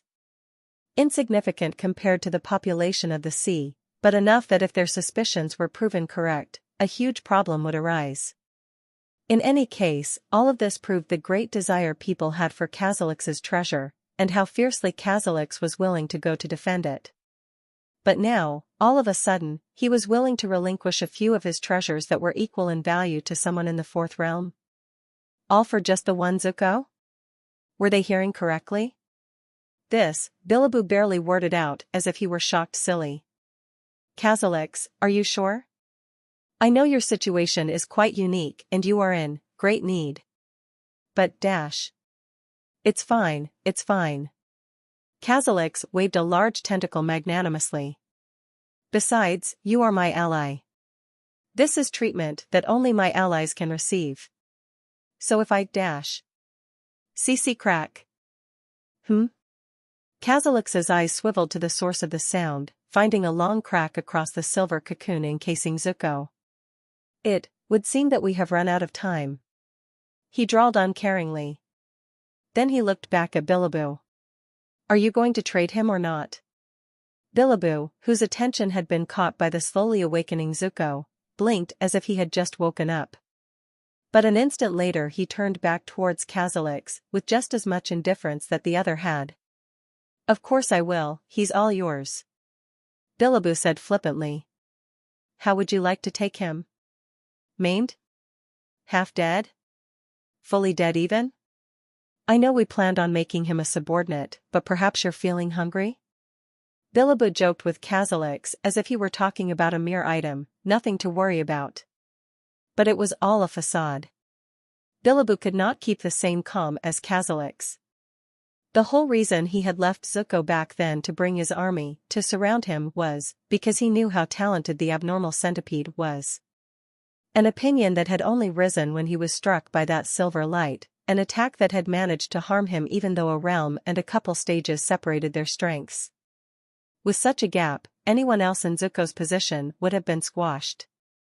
And yet, the result was that he had been rebuffed and forced to watch as the centipede waltzed into the fourth realm using the treasure that he had coveted, after having drenched him in acidic words that left holes in his memory. A result of his refusal to recall accursed sentences, and his blind fury during most of it. Faced with such a situation, knowing that Zuko would only become many times worse if he not only entered the fourth realm but also evolved, especially with 2, possibly 3 white tribulations, he was utterly unwilling to believe Zuko survived 3 white tribulations. Something must have happened to make the second or the third one a gold. It did not take long for him to come to the conclusion that he did not want to deal with the menace alone. He did not believe he would lose a 1v1, but with everything he had seen, there was a pretty good chance of him ending up severely damaged after the fight. A terrible, terrible fate for anyone in the sea. You joke too much, Billaboo. Don't worry, I will deal with Kazalix had started to say as he made to move forward, when he suddenly froze. Waves of indescribable aura had begun to slam against the gathering in waves.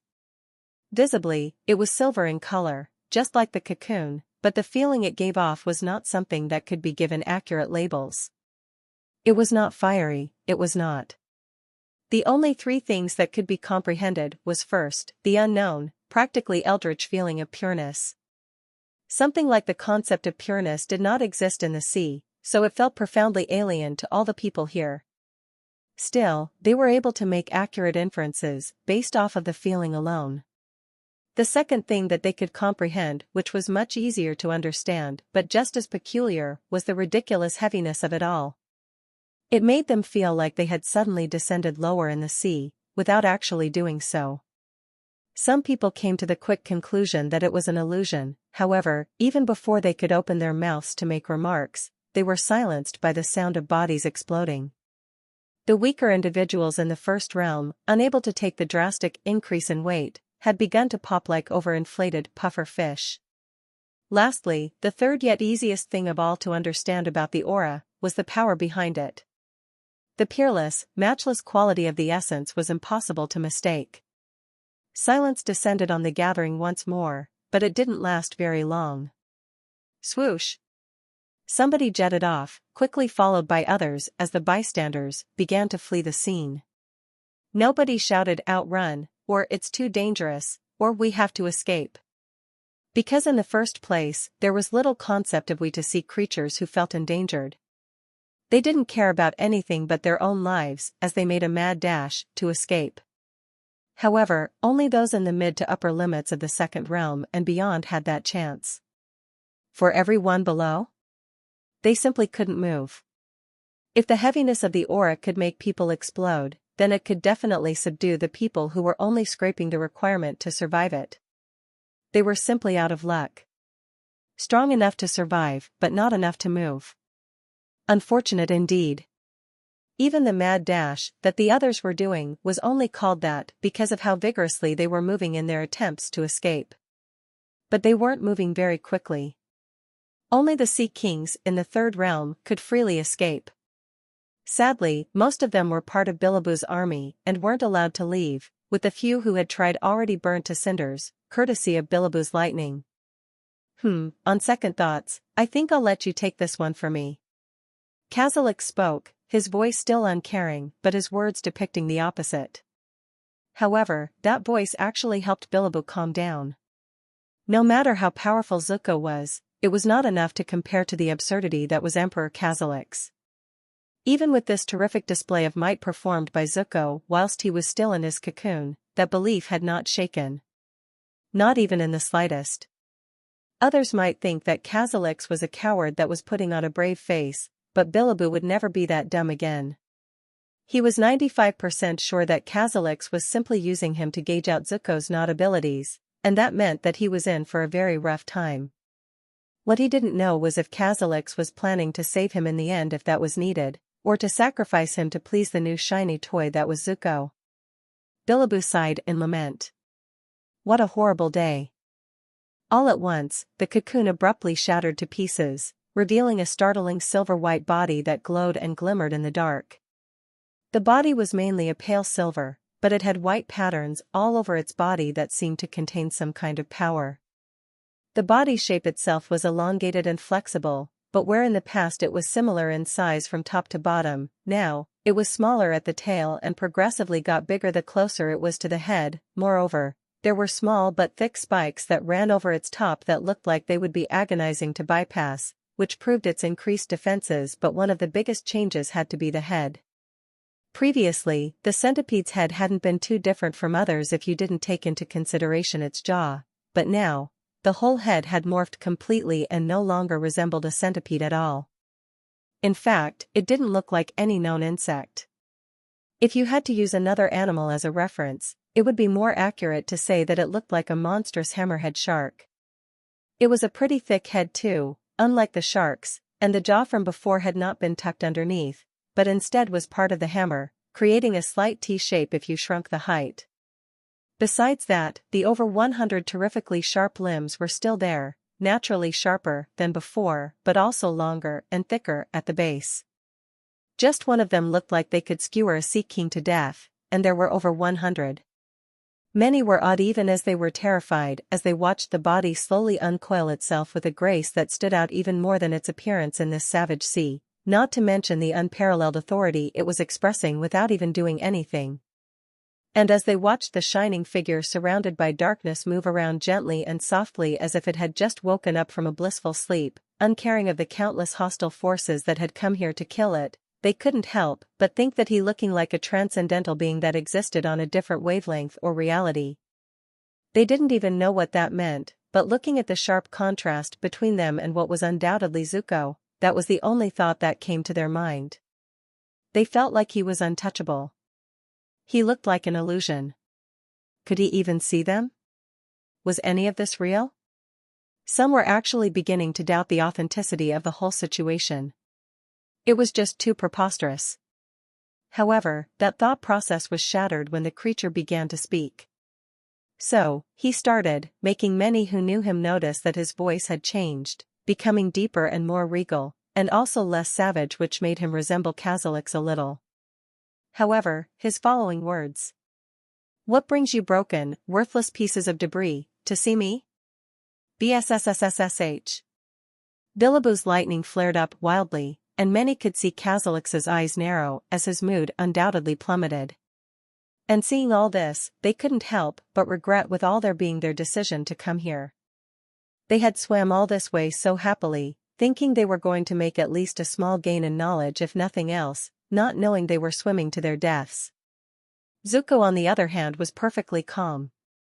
He just looked around at them with that hatefully graceful head of his, not even pausing when he was obviously caught sight of Bilibou and Khazalix, as if there was no difference between them and the smaller fish to the left or right. What kind of posing was this? He was just a new enlightened beast.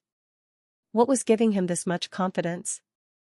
Although they felt his power, which was nothing like they had ever seen before, it still didn't make sense. "Ah. I see it now." Zuko spoke again as his head moved backwards a little. "So the pointlessness of your existence has finally caught up to you all.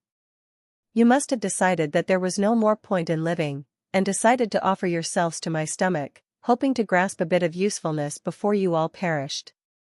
Many eyes widened at that. "Honestly, I must commend you all. This is a genius idea. So much so that it took even me a while to figure it out.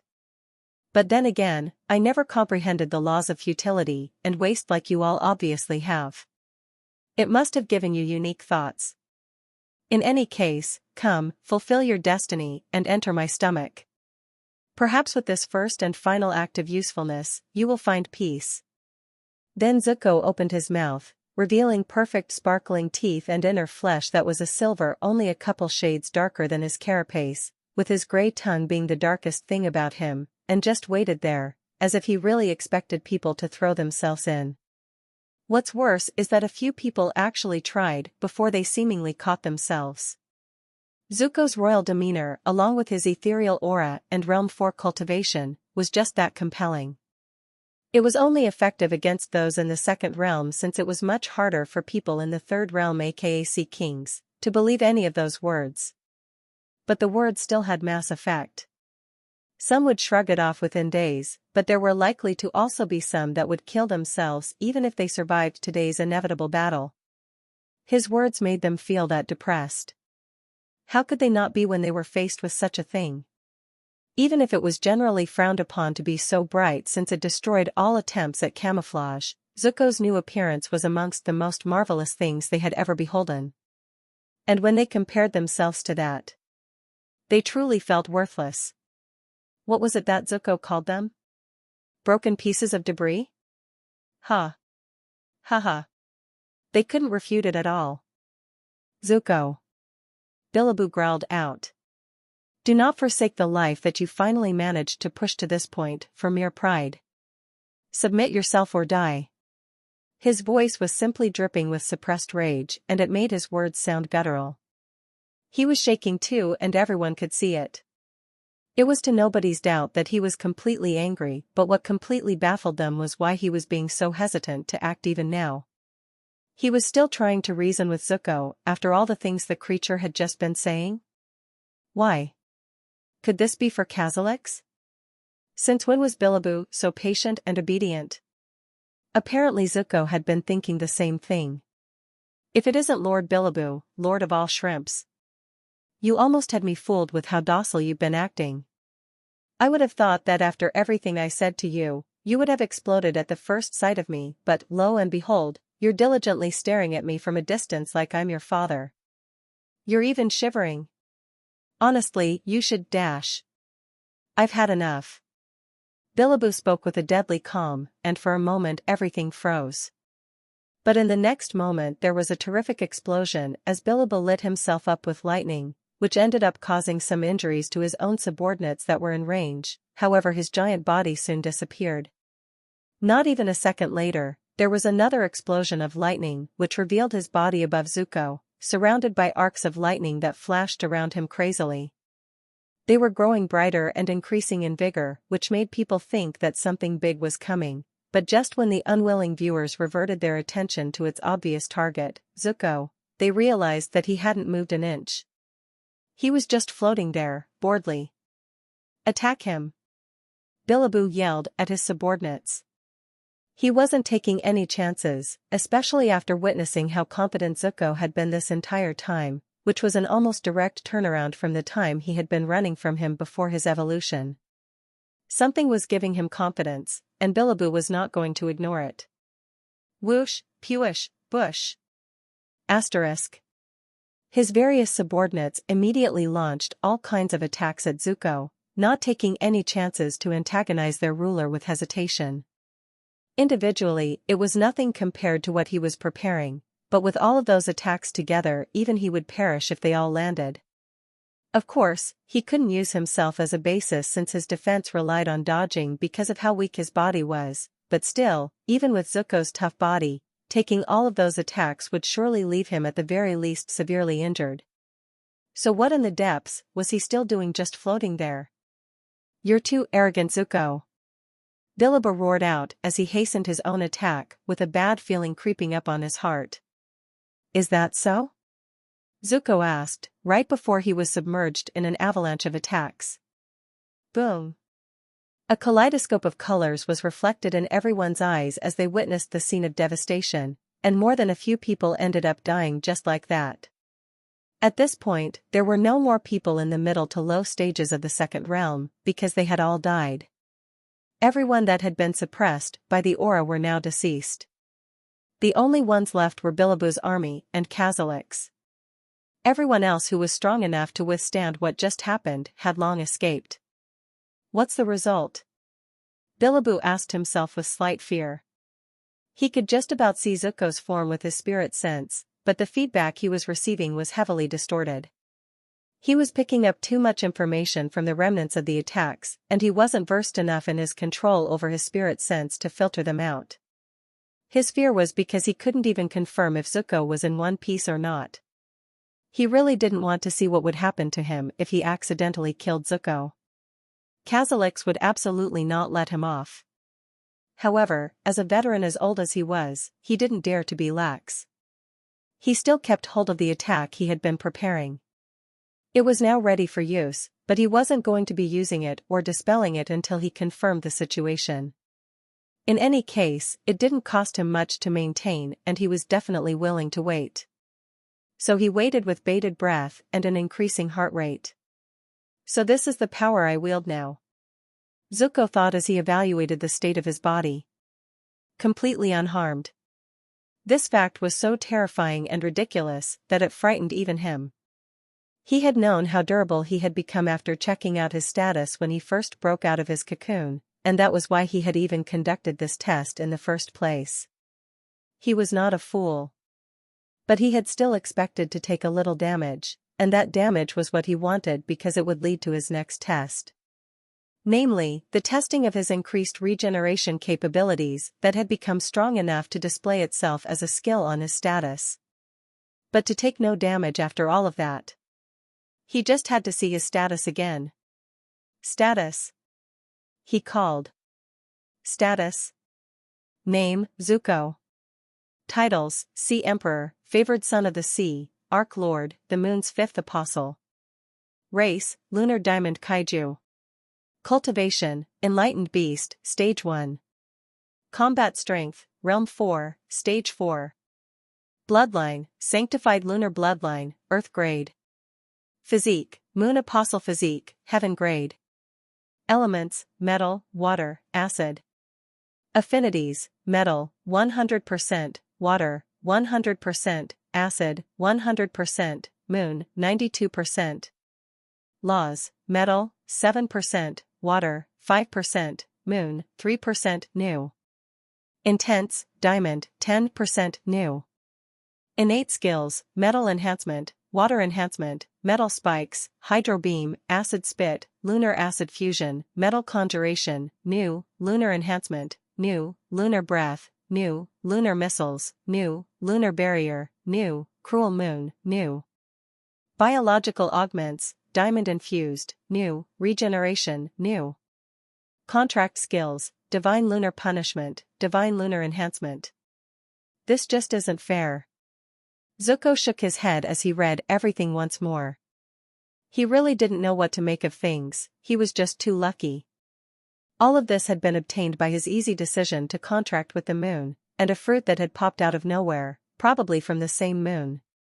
Even he could admit that all of this was undeserved, despite all his efforts. Inside of the cocoon, he had comprehended many, many things, and the experience was like no other.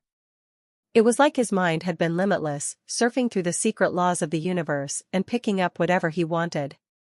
And at the beginning of this, he had naturally been comprehending the metal and water laws, the two laws he was compatible with a greater focus on his more unique metal laws.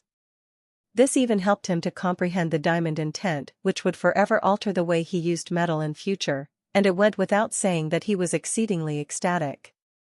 He hadn't even known that intents had existed before then.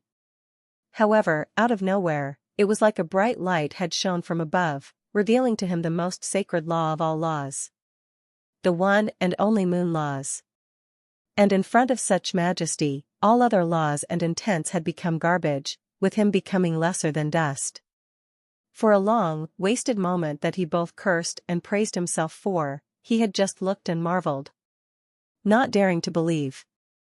The experience was like being confronted by the presence of the Most High, which was something he thought he would never experience in his life, so it had felt much like an illusion.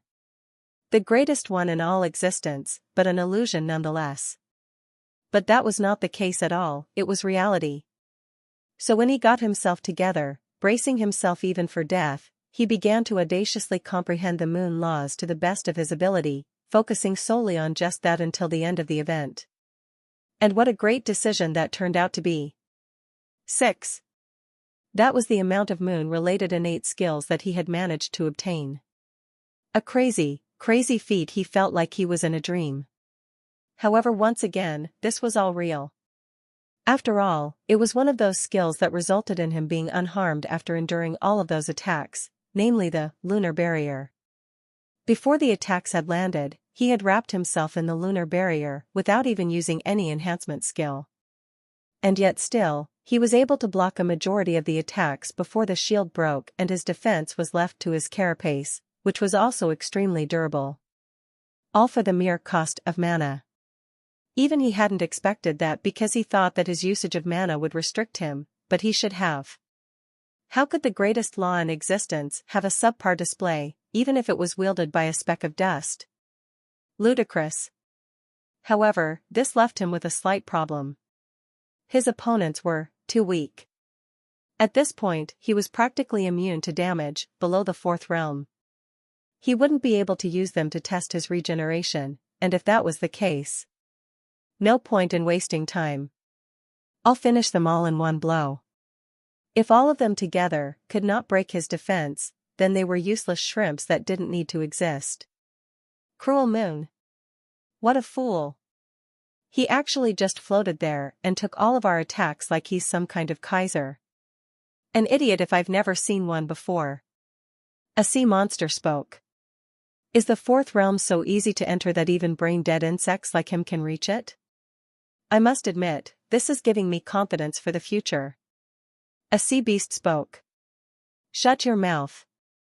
Don't let this display fool you into forgetting who this creature is, Piobi. He was the strongest sea king in our sea, and now he's evolved. I'm almost certain he's still alive. He probably used some kind of defensive technique, or maybe even an escape one. Who knows, he may be looking at you right now. A different sea beast responded.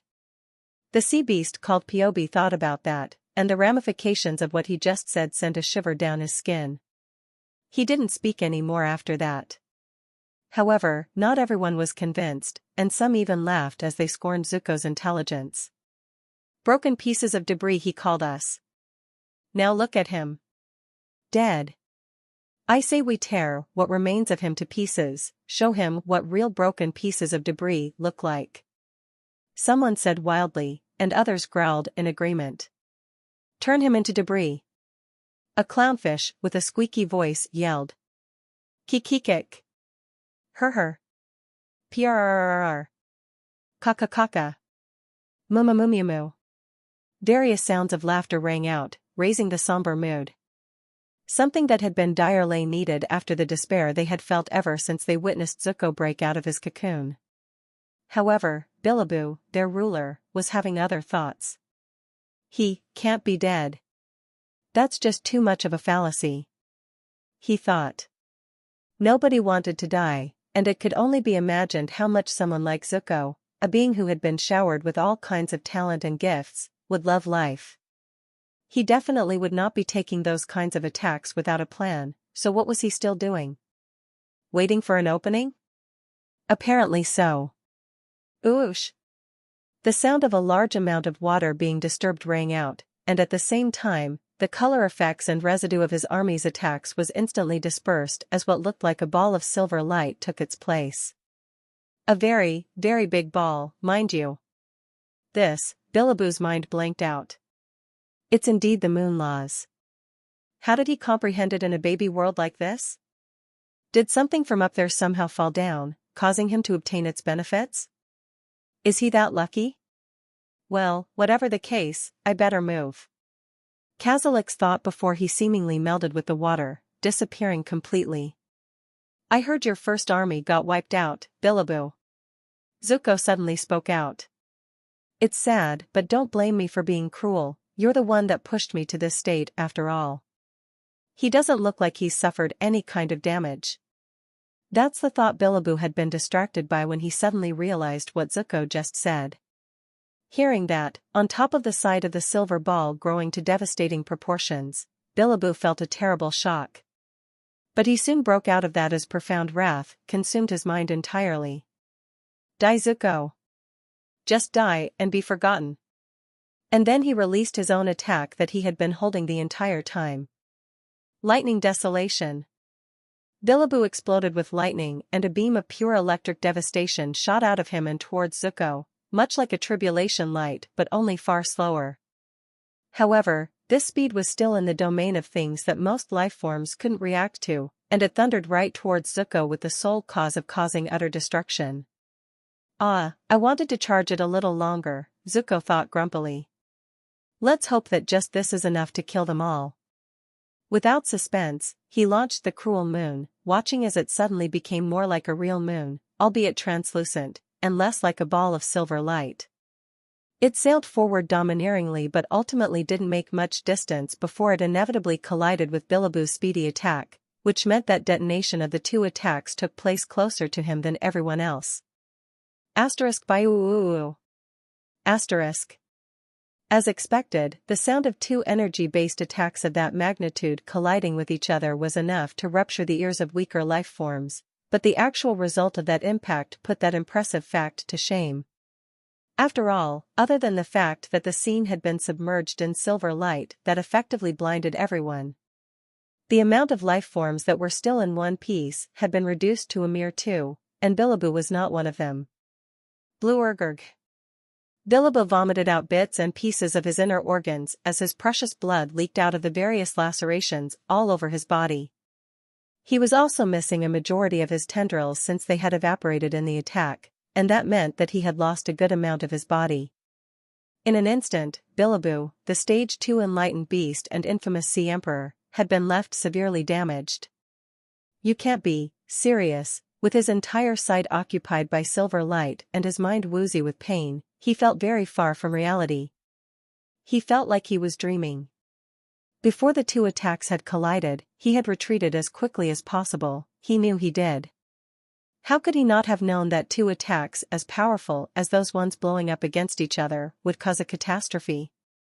Of course he knew. So that's why he ran.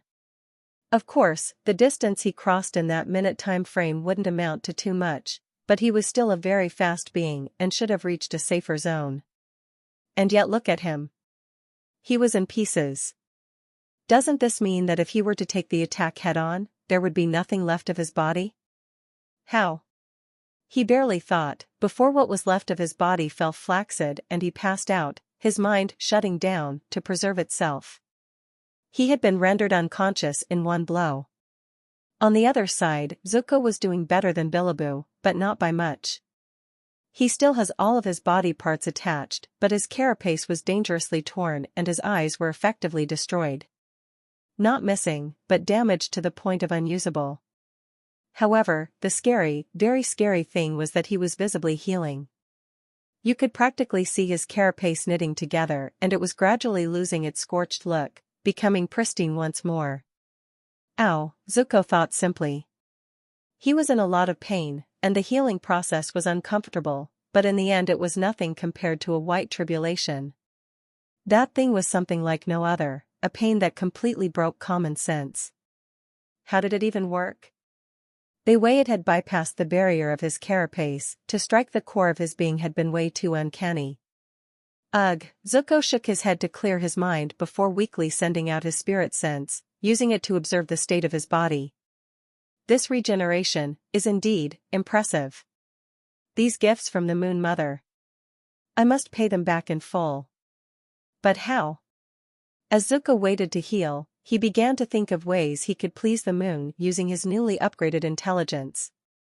Remarkable, Kazalix thought as he gazed at the results of the explosion from his safe location, completely unharmed. He's just emerged from evolution, and technically he should still be digesting his gains, furthermore his control should be very poor after such a jump in power. But yet he is already able to achieve this result. Simply remarkable. No matter how many times he saw it, Kazalix could not get over how ridiculous this world was. It was just too great, too useful, too perfect. It was like the world had been designed for the sole purpose of cultivating and evolving, and it didn't make sense. How did he know? Well, that was because he was a reincarnator. He had reincarnated into this world many years ago with full memories of his past life, and although he had never reached the status of immortal in the past, immortals and especially gods had dreaded his existence. After all, he wasn't previously an enlightened or a beast. No, he wasn't something flimsy like that. Those were the things he preyed upon. Rather, he was the very thing that barged into their worlds and realms to do as he wished, leaving no life left behind when he eventually left for his next location and spreading terror wherever he went. He was a nightmare from the abyss. And this entire world was his next target. Or so he had thought before the reality of this world had slapped him silly. Compared to the contents of this world, he was no longer as unique as he used to be. He may have been a nightmare in his last life, but he wasn't anymore, and the only thing he retained was knowledge and techniques. But in the beginning, he thought that that would have been enough to do whatever he wished to this fledgling world. But oh how wrong he had been. On another note, he just didn't have it in him to cause destruction in every direction like he used to anymore. Having reincarnated with a resetted soul, not even his mind was that of a nightmare anymore. Spreading destruction was no longer an interesting thing to do. But evolving to the peak and dominating every other being? These were the two new desires that were cardinal to his new beastly being, and he had every intention of satiating them. Having lived a long life, he had accomplished many things, but most importantly obtained many things. And amongst these things, the techniques that he had unwittingly stolen were now his most prized treasures. Back then he didn't purposefully look for those things. After all, most nightmares all powered up the same way and didn't need cultivation techniques or ever battle techniques because of the incompatibility in constitution. They instead powered up by devouring souls or by bringing destruction to a planet, world or realm and assimilating it into the abyss. The assimilated land would then form a mysterious connection with them which would allow them to do many things with it, and one of those things was to directly draw power from it. Now of course, it was simply impossible for each and every nightmare to obtain an entire world worth of abyssal territory by themselves. There were too many of them and most of them didn't have that kind of power in the first place. It was too unrealistic. What would actually happen was one of two things. First of all, it was not impossible to assimilate just a continent. In fact, even a forest or a measly pond can be assimilated as territory for them and the abyss. Whenever multiple nightmares were invading, they would split the territory between themselves depending on their strengths. However, make no mistake. There was no loyalty or brotherhood between most nightmare races. They were more than likely to just steal from their brethren and even kill in the process without batting an eye. Most of them only shared because there was no other option. They couldn't invade alone lest they get targeted by the entire world or realm's forces, so they needed other nightmares that would divert the attention. And of course, such invited nightmares would never do such a thing for free. As soon as they joined the invasion, they would start assimilating territory from a different location of the world and there was nothing the first nightmare could do about it. The other thing that could happen was that a powerful nightmare could split his own territory and gift it to others. Naturally, such a thing was rare, but there were still many colony-type nightmares like the Insecta abyssi and the Emerald caritata that did it. As for devouring souls, it was just that. Many other races could do the same thing and it wasn't unique to nightmares. However, nobody would look down on the benefit of obtaining memories in the process. After all, one soul might possess the coordinates of multiple planets or even worlds, and such information was priceless to nightmares. It was just a side bonus that they could obtain techniques and the like that way, but it was usually useless. However, for Kazalix, that information that he had regarded as garbage before was now incomparably precious. In his previous life, he had only reached the sixth realm, only a few steps away from the immortal realms. However, nightmare life was extremely brutal and overly dangerous. He didn't think that at the time, but now he had been provided a new perspective to life. Although nightmares were powerful and even better, hard to kill, they were too dependent on their instincts and the will of the abyss, and it made them act with no regard for safety in the pursuit of more territories. If you saw the way they acted most of the time, you would believe that they had no intelligence. It was that bad. Kazalix had died in a Law World invasion, killed by a god of light that he had never seen coming. Like all others that had gone before him, he had thought it was all over, so it came as a very big surprise when he began to see again. Such a thing was undoubtedly a miracle even if the amount of eyes could use has seriously dropped. Just a pitiful too. So initially he thought that he was just greatly damaged, somehow alive, but in very bad condition. It also didn't help that he felt extremely feeble and weak, so he had been sure that it was just a terrible injury. It wasn't a far-fetched thought considering what had got him there. But it didn't take him long to realize what had happened. It was impossible for him to not know. He had reincarnated and was reborn as beast. Initially he didn't like it at all. To him, the beasts were an inferior race and were greatly lacking when compared to nightmares. He had suffered a big loss. The only things that he had to be grateful about was the fact that he was still alive, still had room to grow, and was still a sea creature. In his previous life, he was a part of the Darkesphex Lagoon race, a race that had humanoid torso and 6 arms, a serpentine lower half and funnily enough an octopus head. They had countless red eyes all over their bodies and each one of them could cause damage to souls or at least disorientate the senses. Naturally, as sea creatures, the territory they spent time assimilating into the abyss were large sections of seas, so he hadn't been bothered by becoming an octopus at all. He just found the beast race as a whole a terrible joke. Some of them were strong, there will always be outliers, but they were a minority. And he hadn't been amongst them. Or so he had thought. As one could expect, his opinions inevitably changed. The Iridius world was just too strange. The beasts here were much more intelligent, their talent was greater, and they could even achieve the disgustingly bizarre phenomenon that was the enlightened form. How such a thing was even remotely possible was not within his understanding. The universe was vast, and it wasn't as if he had never seen a beast become an enlightened or vice versa, but such things were first of all very rare, but also in 9 out of 10 cases it was some kind of curse that carried serious detriments. On top of that, he had only ever heard of 4 cases where the transformation could be controlled at will. And only one of them had no detriments at all. But here in Iridius, apparently all a beast needed to do was reach the 4th realm and they would get the benefits of both a beast and an enlightened. Ludicrous. It shouldn't exist. And that was coming from an abyssal nightmare. Thankfully he was one of them now.